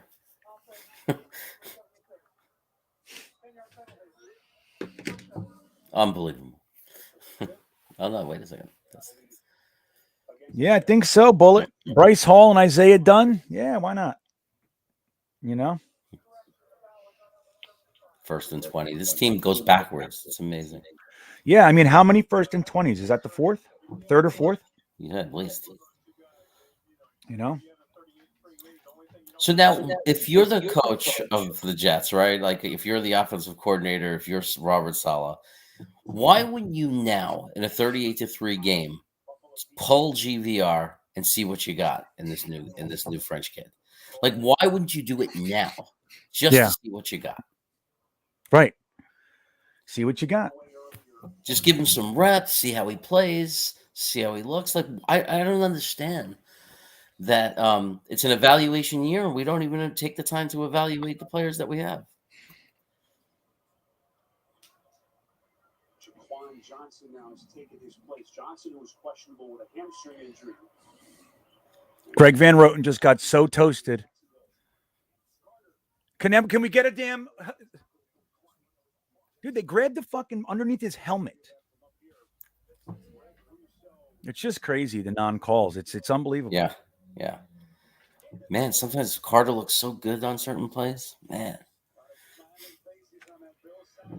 Michael Carter is still working, right? I agree. Yeah. Yeah, that's why you got to love Michael Carter. Hey, V-Man with the super chat. Thank you, sir. It's not a total loss, right, V-Man? Thank you. I appreciate it. Team is young, but coaching needs to fix this. Guess Wilson's back next week. Also get the doctor in place of GVR. Yeah, I agree. And I agree with what Jeremy just said. Like, we're getting shellacked. Now's the time to throw some players in there. Hey, take a seat. We're going to put somebody else in there and see how they do. And we're going to get some guys some reps. I mean, look, there's still a whole quarter. Maybe they want to still believe that they can do it. It's highly unlikely. Like, unless it's like touchdown pick, you know what I mean? Something like that. But it's highly unlikely. But I agree, V-Man. And the coaches are young too. We saw it. I mean, today was probably the biggest coaching gaffe I've seen in a long time. 4th and inches delay of game. Can't recall a bigger gaffe. There's nothing to say about it. But rookie coach. That's what it is. That's why that happened. And not for nothing, Mike White should have seen it too. Nobody saw it. The whole team. Nobody realized we were down to 0 seconds. Yeah. Hurry it up. Get through your progression. Hurry the guys up. Like, there's no awareness. That was when the game was still a game. I know, right, Kevin? I've seen it twice today. Twice. They keep grabbing his helmet. And I don't know why we're not getting calls. Why aren't we getting those calls? Well, Salah needs to go up there and get in their face. Totally. Into the referee's face and say something. Totally. I'm disappointed with Salah because not so much of the sloppy play. Like, honestly, I expected that. I did expect a solid play, but where I'm disappointed is twofold. One is the penalties. That's a coaching issue. Okay. Well-disciplined teams don't get called for many penalties. And we're getting called for holds, offsides, delay of game, fucking necessary roughness, pass interference. It's like, it's all over the place. That's Salah. Okay. That's his team. Number 2, I'm really disappointed because I expected a passionate leader. That's what I was sold. That's why I thought that. Maybe I'm wrong, but I fully expected Salah to be running up and down the field, being held back by his get back coach in the referee's face. I expected that. It's been the exact opposite. He looks like Todd Bowles to me. And I'm disappointed with him. Yeah. You know what I mean? Yeah, he's right. Murray, he's staring into space. Then actually, why aren't you watching the clock? Where's your football acumen? Where is it? So I don't know. Now, as far as the mistake, it's a rookie head coach mistake. Anybody saying otherwise, I mean, I don't know where that comes from. That said, even a rookie should make it, but that's what it is.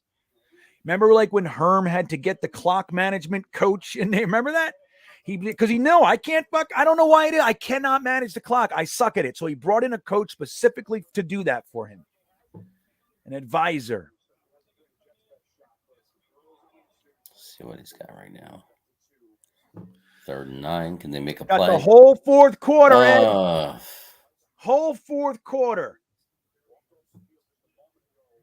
Now you got to go for it here on 4th, right? This is a great question. I'm going to answer this one more time for Ryan because I like Ryan Schwinger.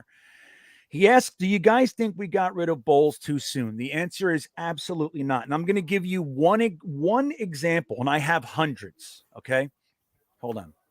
Yeah. Crowder's here. Finally. So, Ryan, I'm going to give you one example on why I don't think Bowles was let go too soon. He hired 3 offensive coordinators in 4 years. 3 in 4 years. 2 of which were retired when he hired them. Okay? He was here for 4 years. We had 3 offensive systems in that time. 2 of his offensive coordinators were retired when he called them. They were not working. They were on their couch. Todd Bowles could not, out of all the offensive minds in the NFL, he couldn't find one that was actually working. Okay. And then the one guy that was doing something, Morton, he fired because he didn't agree with his, like, I don't remember exactly what it was, but there was some rift between them and he was successful. Oh my God. Another pick. He almost threw another one. It's just, You he's got trying ahead to of be me, Zach now. He's trying to throw on the run. He's trying to be Zach. That was ugly. Am I ahead of you now? Yeah, a little bit. 13:09. Okay. Yeah, I got 13. I think you're like 3, 4, 5, 12 seconds ahead of me. Oh boy. You know? Let me just do this. Pause. So there it is, Ryan. And like I said, there's way more. There's way more. But that alone, the guy was lost on building a team. I'll give you one more just because. Casey Rogers is a complete fraud as a defensive coordinator, has no fucking idea what he's doing. He's a positional coach.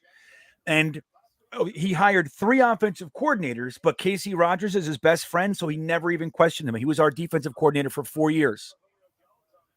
He never even questioned him because they're buddies. And that's the thing. It's like Todd Bowles needed to go. Now, maybe he goes somewhere else with all that experience and the Tampa Bay, and maybe he's a good head coach somewhere for everything he learned. But as far as what he was doing here, that guy needed to go. What we did in response, though, was hire the worst coach ever, which was fucking Adam Gase. So, you know.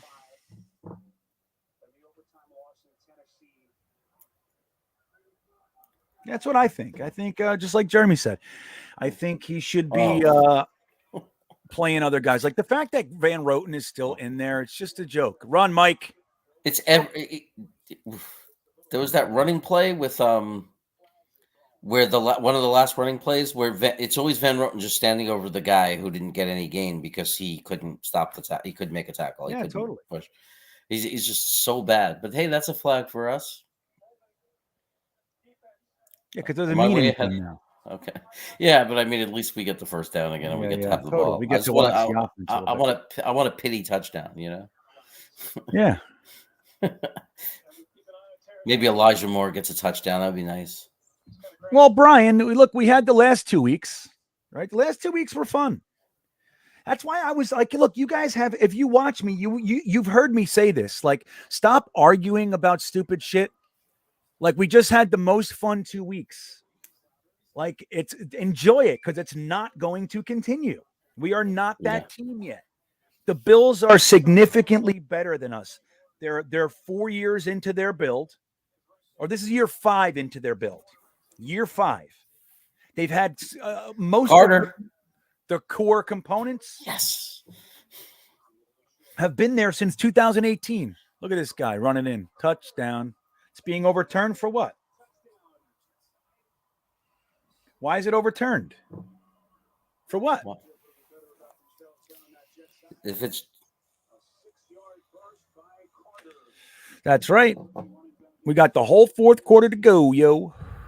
10 plays, 35 yards, 3.5 minutes. Are they going to rule it that he was down? Probably. Oh, come on. They're going to show that they're doing their job. Carter deserved a touchdown there. Come on. Do I think LaFleur is one and done? I don't. I think LaFleur is going to be here. The whole team's going to be here, the whole staff, for 4 years, I think. And I think we're going to see consistent progress. That's what I think. I mean, the last 2 weeks, people can say whatever they want, but you can't take it from them, man. You can't. Over 1,000 yards of offense in 2 weeks. And we had a chance to win the one game, and we beat the 5-2 Bengals. Now it was a trap game, and I'm not stupid. You know what I mean? I'm not somebody. I wasn't one saying we were a championship team after we beat them. There was a lot of Jets fans that were doing that. They're nuts. First and goal. Jesus Christ. We better get it. If we don't get it, I'm shutting down if we don't get it. Eric Bieniemy, dude. The guy's interviewed for head coaching spots like 10 times. Nobody hires him. Why is that? There's something there, man. I'm not impressed with Eric Bieniemy. The problem is everybody's wondering if how much does he do? Like, or how much of it is just Andy Reid? Well, and don't forget, the Chiefs quarterback coach, who is it again? What's his name? Let me look it up just because I'm so burnt out, man. Coach. It starts with a K. Kafka. There it is. I wanted to say Cundiff. I knew it wasn't right. Mike Kafka, when you look at their offense, like, again, it's Andy Reid. You know it's Andy Reid's system. Bieniemy created nothing. Now, as far as the play calls, that's Andy Reid. And then when you look at who Mahomes is working with on the sidelines, it's Kafka. So that's who I wanted as our offensive coordinator. That's who I wanted. You know what I mean? I was like, oh my God, if we can get him. But it's like, that's the thing with Eric Bieniemy. And then when he went down to the Texans, remember, he wanted to be the fucking GM. He said he wants player control. Throw it. We're not going to score. We don't score. And that's it. Harry said it. It's about the interview. Like, look, I know there are people, I've gotten into the conversations about race and all that, which I'm actually a supporter of the Rooney Rule. And we're not going to get into all that. But when you look at the minority hiring pre-Rooney Rule, there was like 4. And there when we you look go. at it after, it's a whole different thing, right? So I support it. At the same time, I do understand that race is involved with things. I'm not naive, but as far as Eric Bieniemy, I don't think so. I don't think so, because he's gotten numerous interviews, and again, when he was closest to being hired with the Texans, he literally said he wanted player control. Like, stupid. What is that? So clearly he doesn't interview well. Like, there are minorities being hired while he is interviewing. You know, so anyway, I think Eric Bieniemy, and that's not to say that he won't be a great head coach. I don't know. But for me, I just don't want him. I don't want that guy, because again, we just gave you numerous reasons. Look at us, dude. 38-10. We only got to score 4 touchdowns. Where's Robbie Oak? Where is he? I'm just glad that Michael Carter got it, because he worked the hardest on that. Right. Drive. He's the one that got us any progress this whole game. Yeah. Oh, I hear you, J Mac. Nobody's happy here. Let me tell you. I mean, if anybody's happy, don't misread laughter, and it's more like a delirium. You know what I mean? How much tequila do you think V-Man has had already? V-Man, how many tequilas in are you? V-Man drink? I don't know. Remember he came on Tuesday night. He came on to the show with you guys, and he was drinking tequila or something. Was he? I don't remember. Everyone was laughing. He was the star of the show that night. During Tuesday night? Like 2 weeks ago. Yeah. V-Man came into the stream on a Tuesday night. J-Max, does anyone have any better ideas? Let me say this. I think the better idea is just to give our staff time. That's it. Give Joe Douglas time. He blew up the team perfectly. He did it thoroughly, which we haven't seen. They're always trying to keep the guys. He didn't build around Jamal Adams and Sam Darnold and all that shit.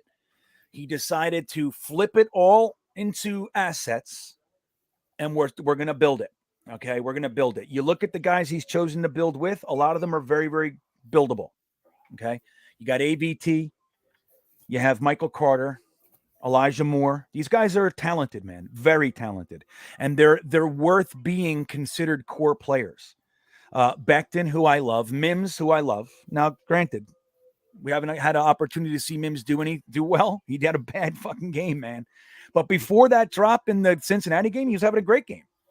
Great game. Key blocks, good catches, still had 30-something yards. So I'm still in Mims's corner, right?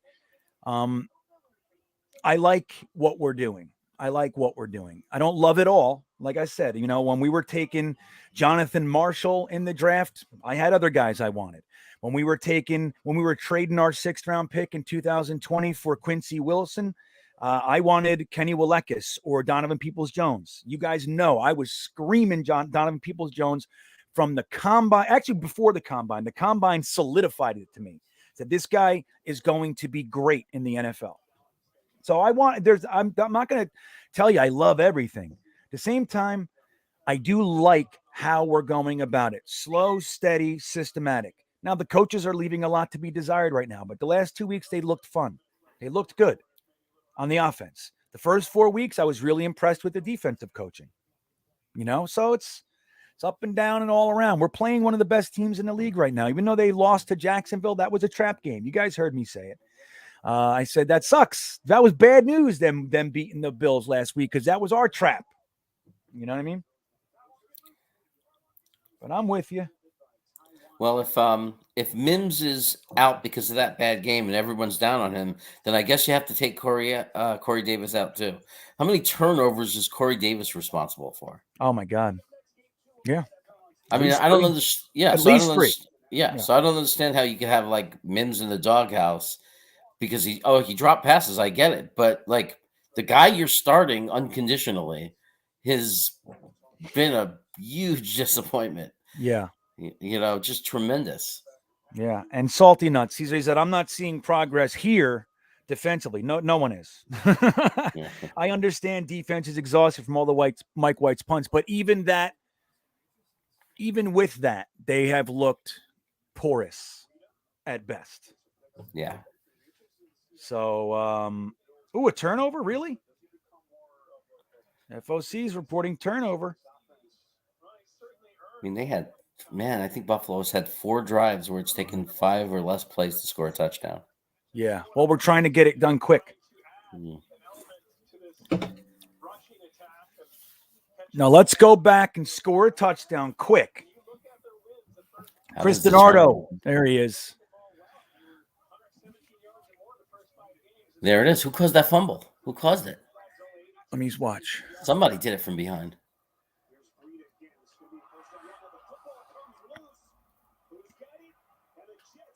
Sucked it rolled 30 yards. Yeah. Almost like a punt. Yeah. I couldn't see the comeback, Ryan. Here it goes. And we know what this game is. If we were to come back and win, that's one thing. It's not happening. But if we did, that's one thing. But no matter what we do right here, now this is effectively called garbage time. We have 10 minutes left, little over 10 minutes left. Or actually, yeah. So, and we're down 4 touchdowns. Like whatever Mike White does now, he already did what he did today. His game is already in stone unless we get to the promised land. Did anybody see who caused that fumble? It was a defensive lineman. It was 96. I couldn't tell. Right. Let's make it an illusion, boys. Let's do it.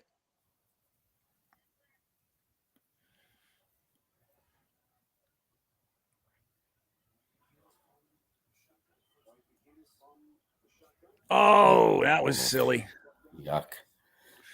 Dude, look, calm down. It's only a 9-yard loss by choice.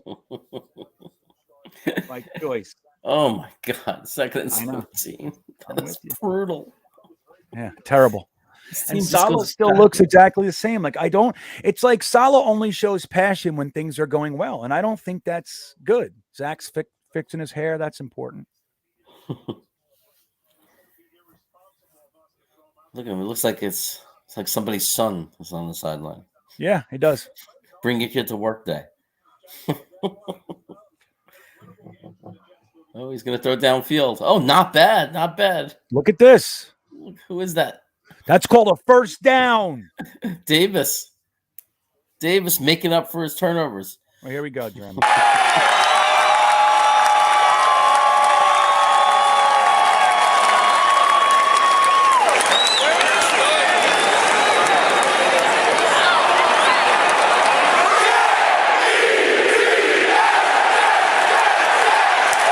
There it is. 38-10. There it is. You got to play it when you can. Oh, there we go. That was nice. Davis is on fire now. Now he's looking like a number one receiver. He's running with the double arm cover. That's what he's doing. Back-to-back Davis catches. This is where he decides to make it look like he was impactful. Now that the game's over, I'll catch it and hold on to it. Yeah, Ryan. Corey Davis decided to show up. Yep. They're covering him. Those are good passes. That wasn't pretty. All right, I want to show you guys something. Let me know what you think of this. I just did this since we got nothing else to do. I'm going to show you. It's only 30 seconds. Let me know what you guys think.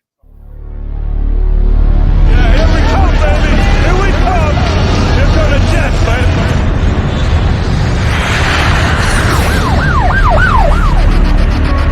You want to run or you want to duck down? You want to duck, then you go over and get onto the bench and stay there. You play to win the game. My message for the fans, we're all frustrated with where we are right now.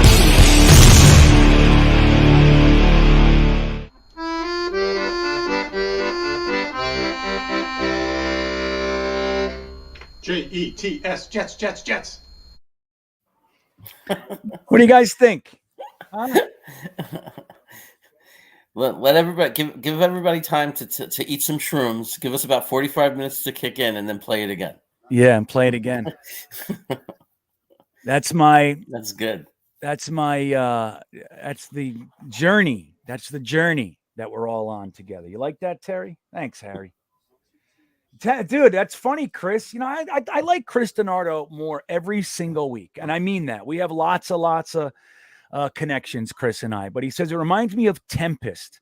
And let me tell you, that was one of my favorite games. And I shit you not, when I first saw it, in my head was, ooh, this looks like Tempest. I'm not even kidding, Chris. It's not exact or anything like, but it just, my first thought was Tempest. It's funny that you say that. Right, Ed? That's what I was going for there. Like, I tried to do it sequentially, but I didn't. I ended up putting the Rex stuff first because I wanted it as an intro, but it was kind of almost sequentially otherwise. And I was like, let me go down memory lane here.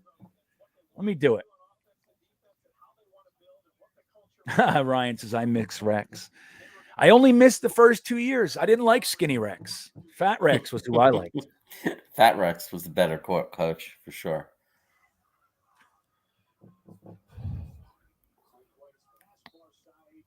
Hold on. Let me. I think we just got a punt here. 4th and 17. We're punting? No, we're not. No, I'm saying I think we got it, right? 4th and 17. What are you going to do? I guess you could throw it up. Here, I'm going to play you guys something. Hold on a second. Let's watch this for a second. Such a big fan of Sean McDermott. He's so great.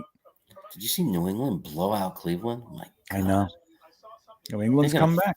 They're going to make a run. Yeah, I know. So this is the era. This is what we missed. Did he make it? Was he inbounds? They're saying no. No. Why isn't he inbounds? Because it's not a bill.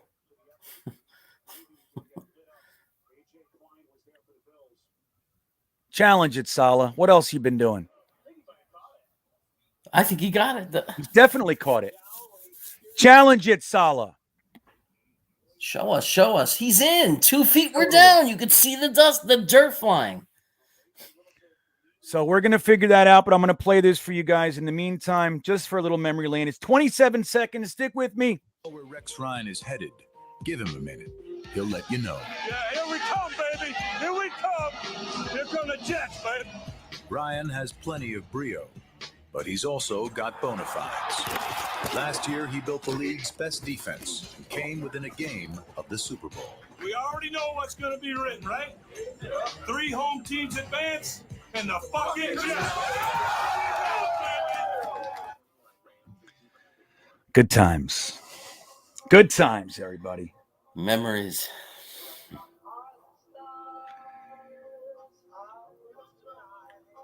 So did we not challenge that, Jeremy?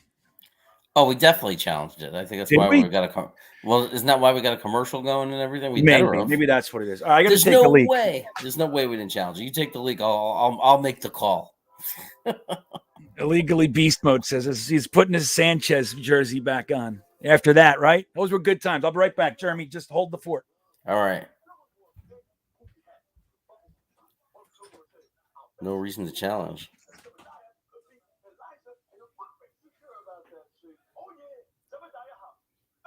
Where do we get our positives today, Robbie Oak? The positive is that Michael Carter is a real running back.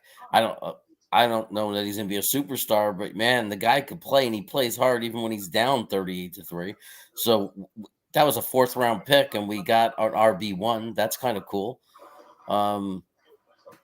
Yeah, maybe a positive is they'll finally bench GVR after this. But although I'd like to see him bench now so we can give our new guy some reps. Why would you go in when you do bench GVR? Why would you want to bring a guy in a 0-0 game to start a game? Why not give him the reps right now and let him start to gel and give him some practice right now with the guys that he's going to play with? So, let's get Mr. Bonjour into the game and give him some reps and see what he can do.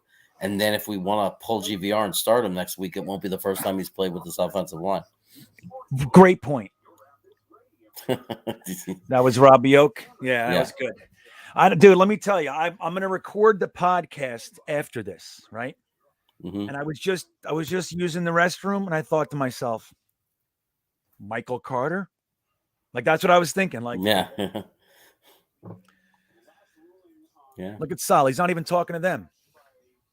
Don't let them talk. Talk.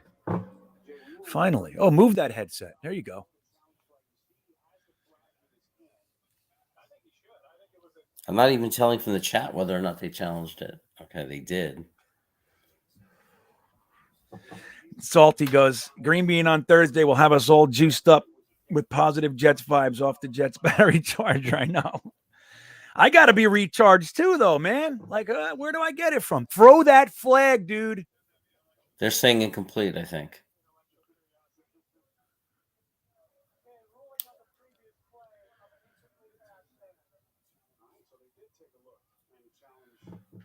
Dude.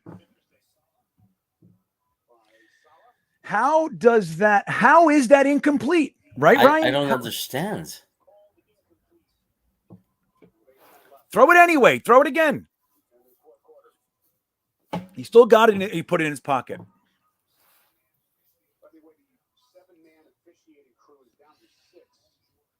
He threw it. Oh, he threw it. That was from before. Oh, no, that's now. That's now. Yeah, we're just behind. So that means they're going beyond the refs and going to like New York or something to decide. Is that the difference? Because I thought I just told you not to throw the fucking flag. We looked at it. Look at it again. I just watched it. It's a catch. It's clearly a catch.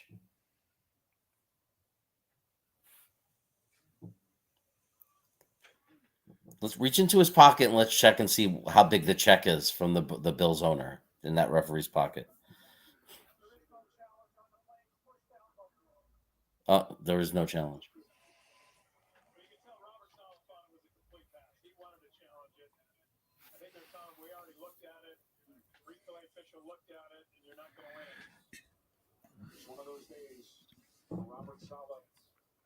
I don't understand that.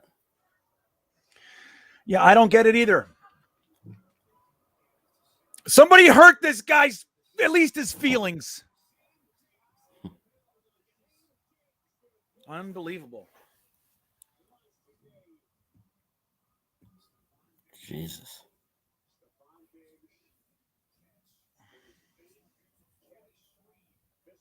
They just erased a great play for Mike White and for Crowder. That's just baloney. How do I do it?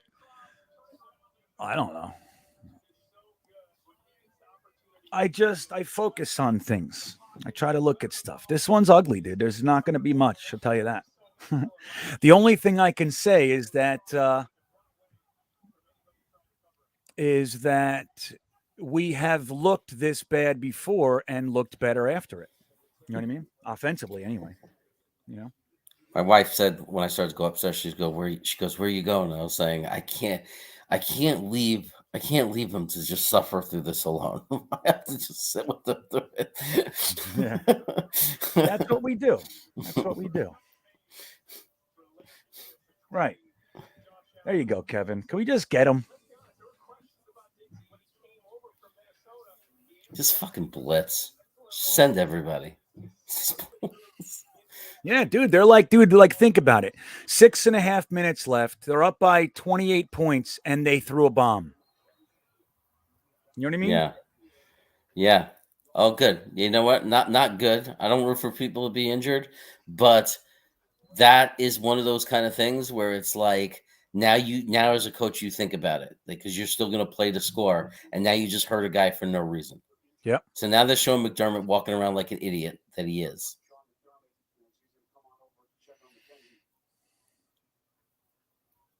Right. So if McKenzie's hurt now and he's out for a while, that's on a coach. That's being a jerk off. That's the karmic response. Yeah. That's right. Like what a jerk off. Yeah. The Jets never hurt them or took anything from them while he was their coach. There was no reason to run up the score on us. Yeah, this is one that I'm really Salty makes a comment, right? Sal's post-game will be the same nonsense. These men are professionals. They don't need to be told to commit penalty, blah, blah, blah. I looked, the first time I heard it, I disagreed with him then, and I disagree with him now. And that's why I'm not, like I said, Saleh has been a disappointment for me. I'm not seeing the things, at least the things that I thought I was getting when we hired him. And now with that stuff, like, remember we heard Juszczyk, among other guys, he said, when Saleh spoke before a game, I wanted to put my head through the table. That was what I was expecting. Hearing him say, these men are professionals, we get to play a children's game for a king's ransom if that's not enough motivation and blah, blah, blah. I hear you. I disagree. These men absolutely need to be led. They absolutely need to be fired up. We've seen it time and time and time again. Coaches need to fire them up and inspire them. That's what they need to do. And you walking around on the sideline like a stoic, like mute, doesn't do it. We need passion. They need to see their leader.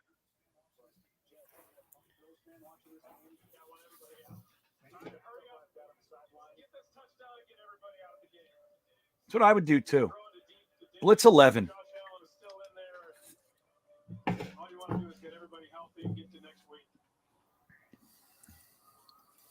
Why? They think they won it? Look at Ulbricht over there.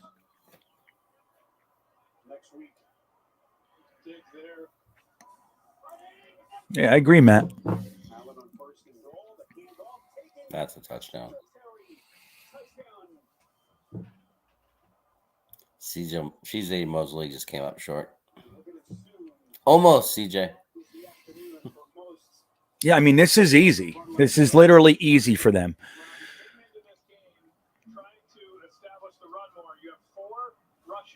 We've been blown out 3 times this year. Blown out. And you could even count it the Indianapolis game if you want. If you want to take the that approach, you can. I mean, we were, what they scored, 45? So we have a 54-3 game. We have a 26-0 game. We have a 45-30 game. And now we have a 45-10 game. Defense giving up 40-plus points 3 times, and we're only halfway done with the season, is not good. Nope. You know what I mean? Not good. That's what I'm saying, Jordan. You play to win the game. Where is that? Saleh's going to lose this team. And we have high character guys. Don't forget, they did that. So you have guys who are, they're guys not known for giving up and all that kind of. We have that in the house, and he's still going to lose them. I don't know why people are like, I'm running out of reasons to think why I think we're going to end up with the top 3 pick in the draft. Like, I don't know who's worse than us except for Detroit, maybe. Like, everybody else is competing. Like, Jacksonville is competing right now. Jacksonville's The Giants are winning games. The Texans compete. Yeah, they compete. Right. They're competing. Right now, we could be easily Detroit's tied with Pittsburgh. I mean, we might get the 2nd pick in the draft at this rate because we're just not even competitive.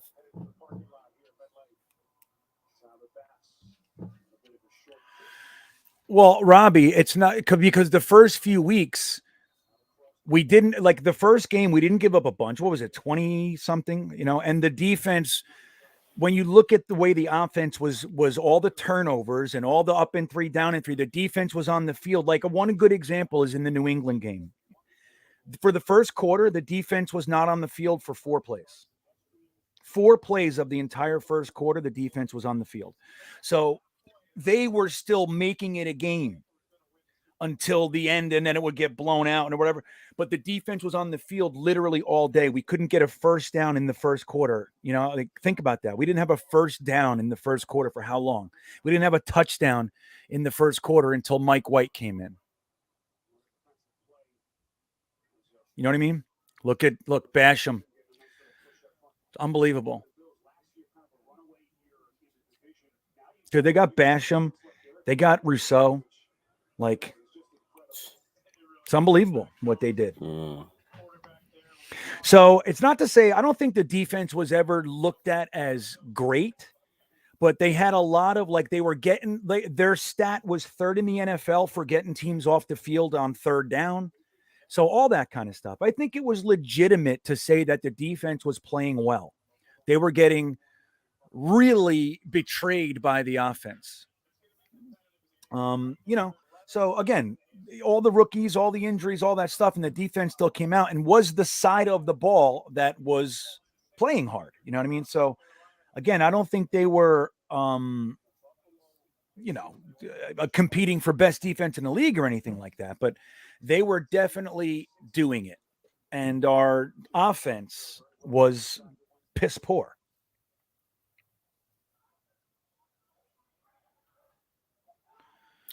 So White gets hurt here. Let's see. Oh, boy. Oh, he's got crushed. I know. That's the thing, dude. It's like, I have to say, like, to me, it looks like they're pushing it. Like, they've been getting away with it all game. And, like, why dive on a guy that's going down like that? Like, it's been all fucking day with this stuff. So I don't know, man. And Saleh, that to me is unacceptable. It's like the Zach Wilson injury play. Saleh didn't even make a stink about it. Like, when I see that, it's egregious to me. And we're not even like having a problem with it. And that bothers me, man. And that's in my opinion, that is the one of the big issues this year. I feel like Saleh is completely disappointing. Here comes Flacco. There he comes.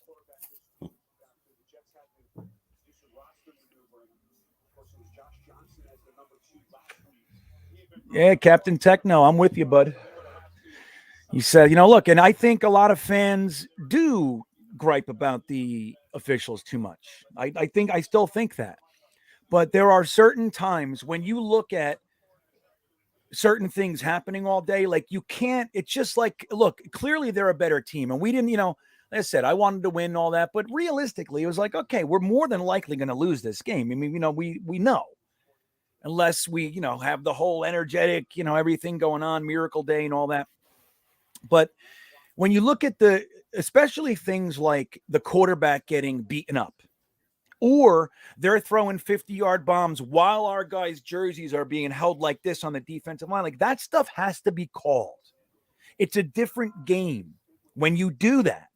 Instead of the 50-yard bomb, it's a 10-yard loss. You see that? That's 60 yards difference right there. Ooh. Elijah. There he goes. One thing Flacco could do is throw downfield. Yeah. Right. We know So that. 30 We hits. know I know we saw it all day, man. Like, let's just be real.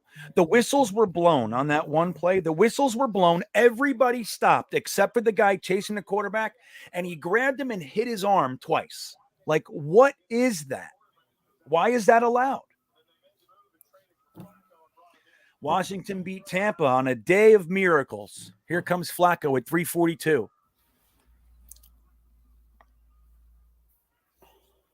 That's right. Run it. The Jets' response to that as they pick up a short gainer here on Johnson with Johnson as a flag was thrown. Oh, yeah, you're going to see it, Robbie.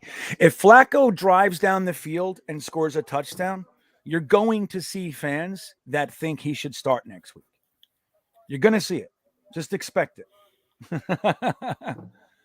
You're going to see it. A guy who's been a starter and who's had a lot of success to be that backup versus a guy who's They ran 7 quarterback. No one could stay healthy that season. 2007. Was that the Fields and everybody else? Was that right? When 2007? No. I don't remember. They ran 7 quarterbacks that season. 2007. That might be the year. No, it was 2005. I was in rehabs a lot. I remember I came out of rehab and somebody said that the Seattle Seahawks just won or played in the Super Bowl with Holmgren. I was like, what? Seattle? How the hell did they get in this? I didn't even know. It was like a whole year of my life. I was like gone. I was in and out of detoxes and rehab and living on the street and everything. It's hard to watch football when you're sleeping in a hallway in Newark. They don't have the game. They don't have the game on in there. Instead of going up to people and saying, you got an extra cigarette? You were coming over and saying, you got the score of the Jets game? What's the score, man? How many yards did Tune How many? get? Yeah. Who's our quarterback? Got a yard.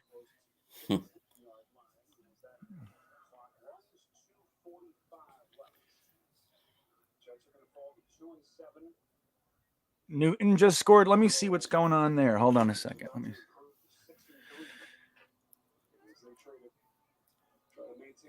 Dude, the Jaguars made that a game. Yeah. 23-17. Yeah, so Cam Newton comes in and scores 7. Let me tell you something. Cam Newton's got weapons, bro. There are weapons down there. Sam Darnold, unbelievable how bad he's been. Oh, is that Elijah? Elijah Yep. Moore, that's my boy. 3 weeks in a row, a touchdown for Elijah Moore.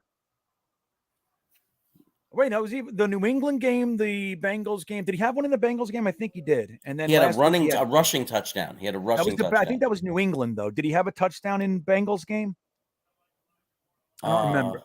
I know he had two in the Colts game. Oh, 2 in the Colts game.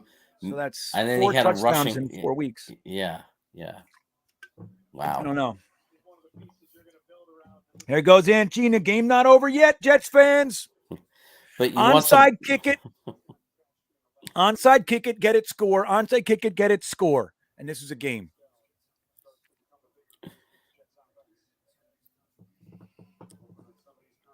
But you want some positives for the game? Well, hold on real quick, and then you do that. John Salty Nuts Magoo says, hate to interrupt this nail biter of a game, but let's not forget to hit the like button. It's important. Thanks, John. What do you got there, buddy? Flacco, 3 for 3 and a touchdown and 158 quarterback rating. 100. Well, dude, how do you sit him? How do you sit Joe Flacco with 158 quarterback rating? You've got to play him next week. You have it's to. Like that's it for Zach. He'll play next year. You play the hot hand, buddy. You play the hot hand.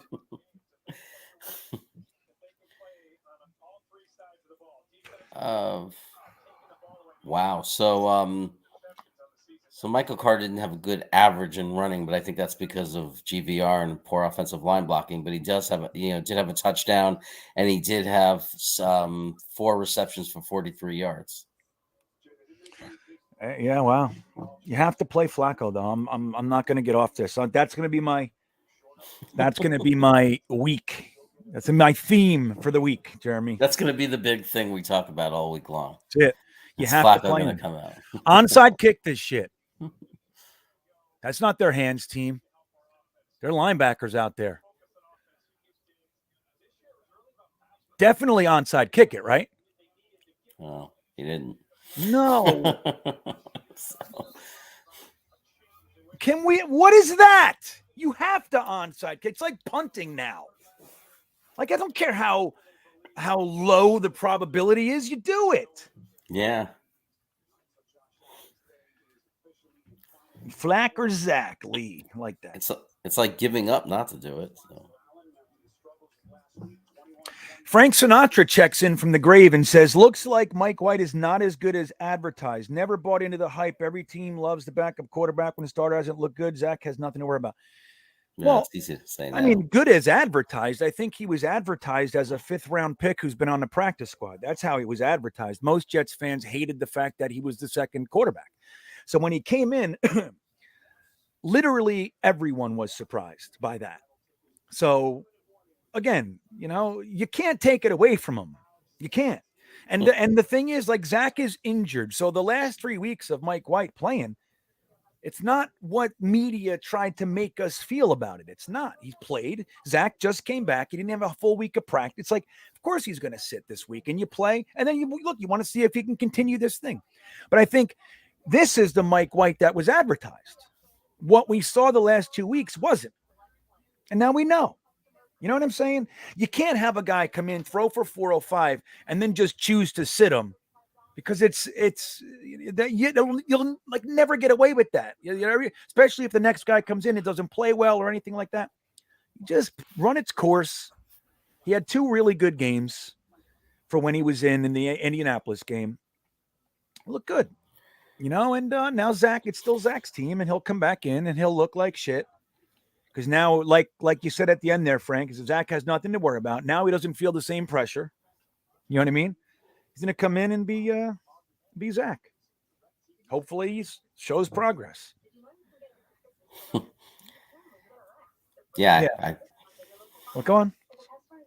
No, I think it's,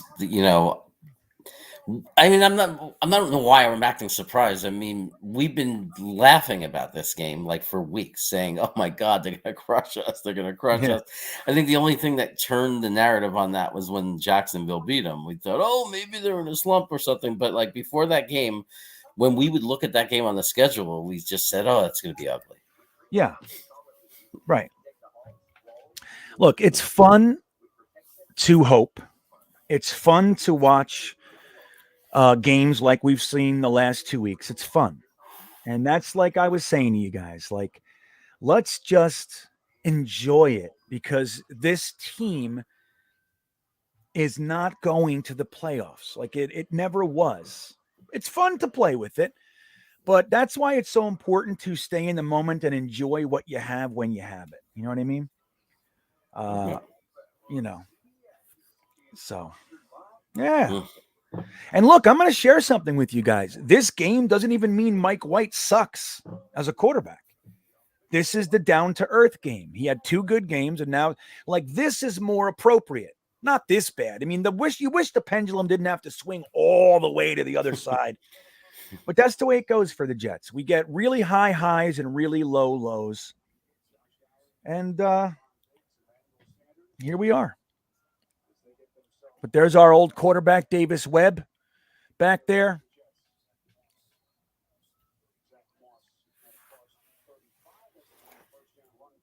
Who's hurt now? Who was that? I didn't see. That's funny. That's funny, Salty. Now it's effing Mike White instead of Mike effing White. Fucking Mike White. Yeah, that's good. It's not that difficult of a switch, right? It's funny we could laugh in times like this. Yeah. Well, you have to. It's like you hit a state of delirium. You know what I mean? Yeah. Slap happy. It's like when you get into a fight, the tension's all high in a fight, and then you get your bell rung a couple times, and it's just like, okay, whatever this is, it is. You roll around, you get hit. You don't even feel it anymore. It's called slap happy. You're all beaten up. It's a joke now. Yeah. Victory formation.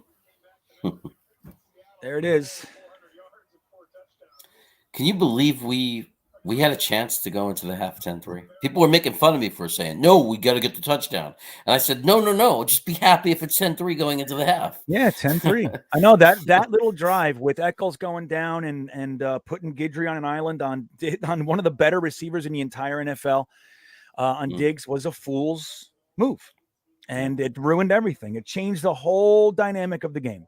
Going into the half down 2 scores instead of just down, 10-3. So, all right, guys. Well, here we are. I love you. Gina's drained. I get it. Ed Stewart says it's nice hanging. And that's what it is. You take care, Ed. It's a nice hang. If we have each other, guys. All right. And that's what it is. The key for this, I'm just going to give this to you and make of it and do with it what you will. The key is not to allow these 53 millionaires the ability to ruin your week. A couple hours, sure. You can be disappointed and everything, but don't let them do it. And we'll look for the positives. This one's probably the hardest other than the New England game. At least we're being consistent in our division. We really suck in our own division. But look, they're already laughing about it. They're trading jerseys and shit. Okay. That's what they're doing right now. They know at the end of the day, they're going to get a nice check. So I don't let them ruin my day anymore. I'm just as passionate of a fan as I've ever been, but they don't ruin my day. So hopefully you can take that, chew on it, and maybe it'll help you out. But enjoy the rest of the week. Thanks for popping on, Jeremy. I appreciate it. I was making fun of you a little bit. Well, made it bearable, right? Thanks for having me. It's better than just suffering alone in misery. Yeah. What's that green? Is that your jersey behind you there?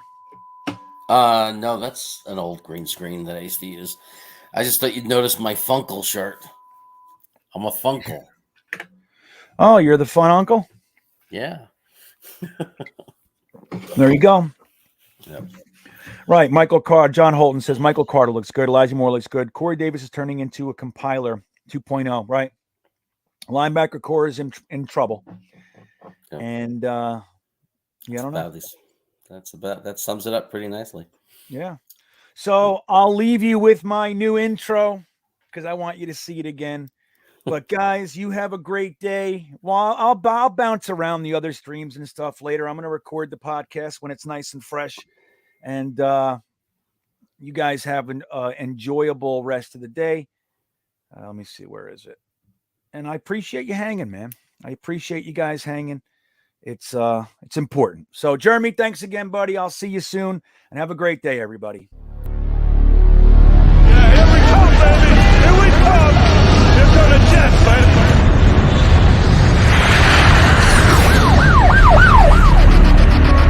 You want to run or you want to duck down? You want to duck, just go over and get onto the bench and stay there.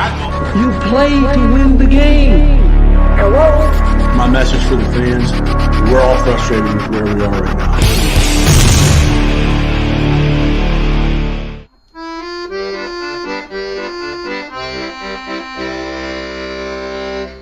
Jet.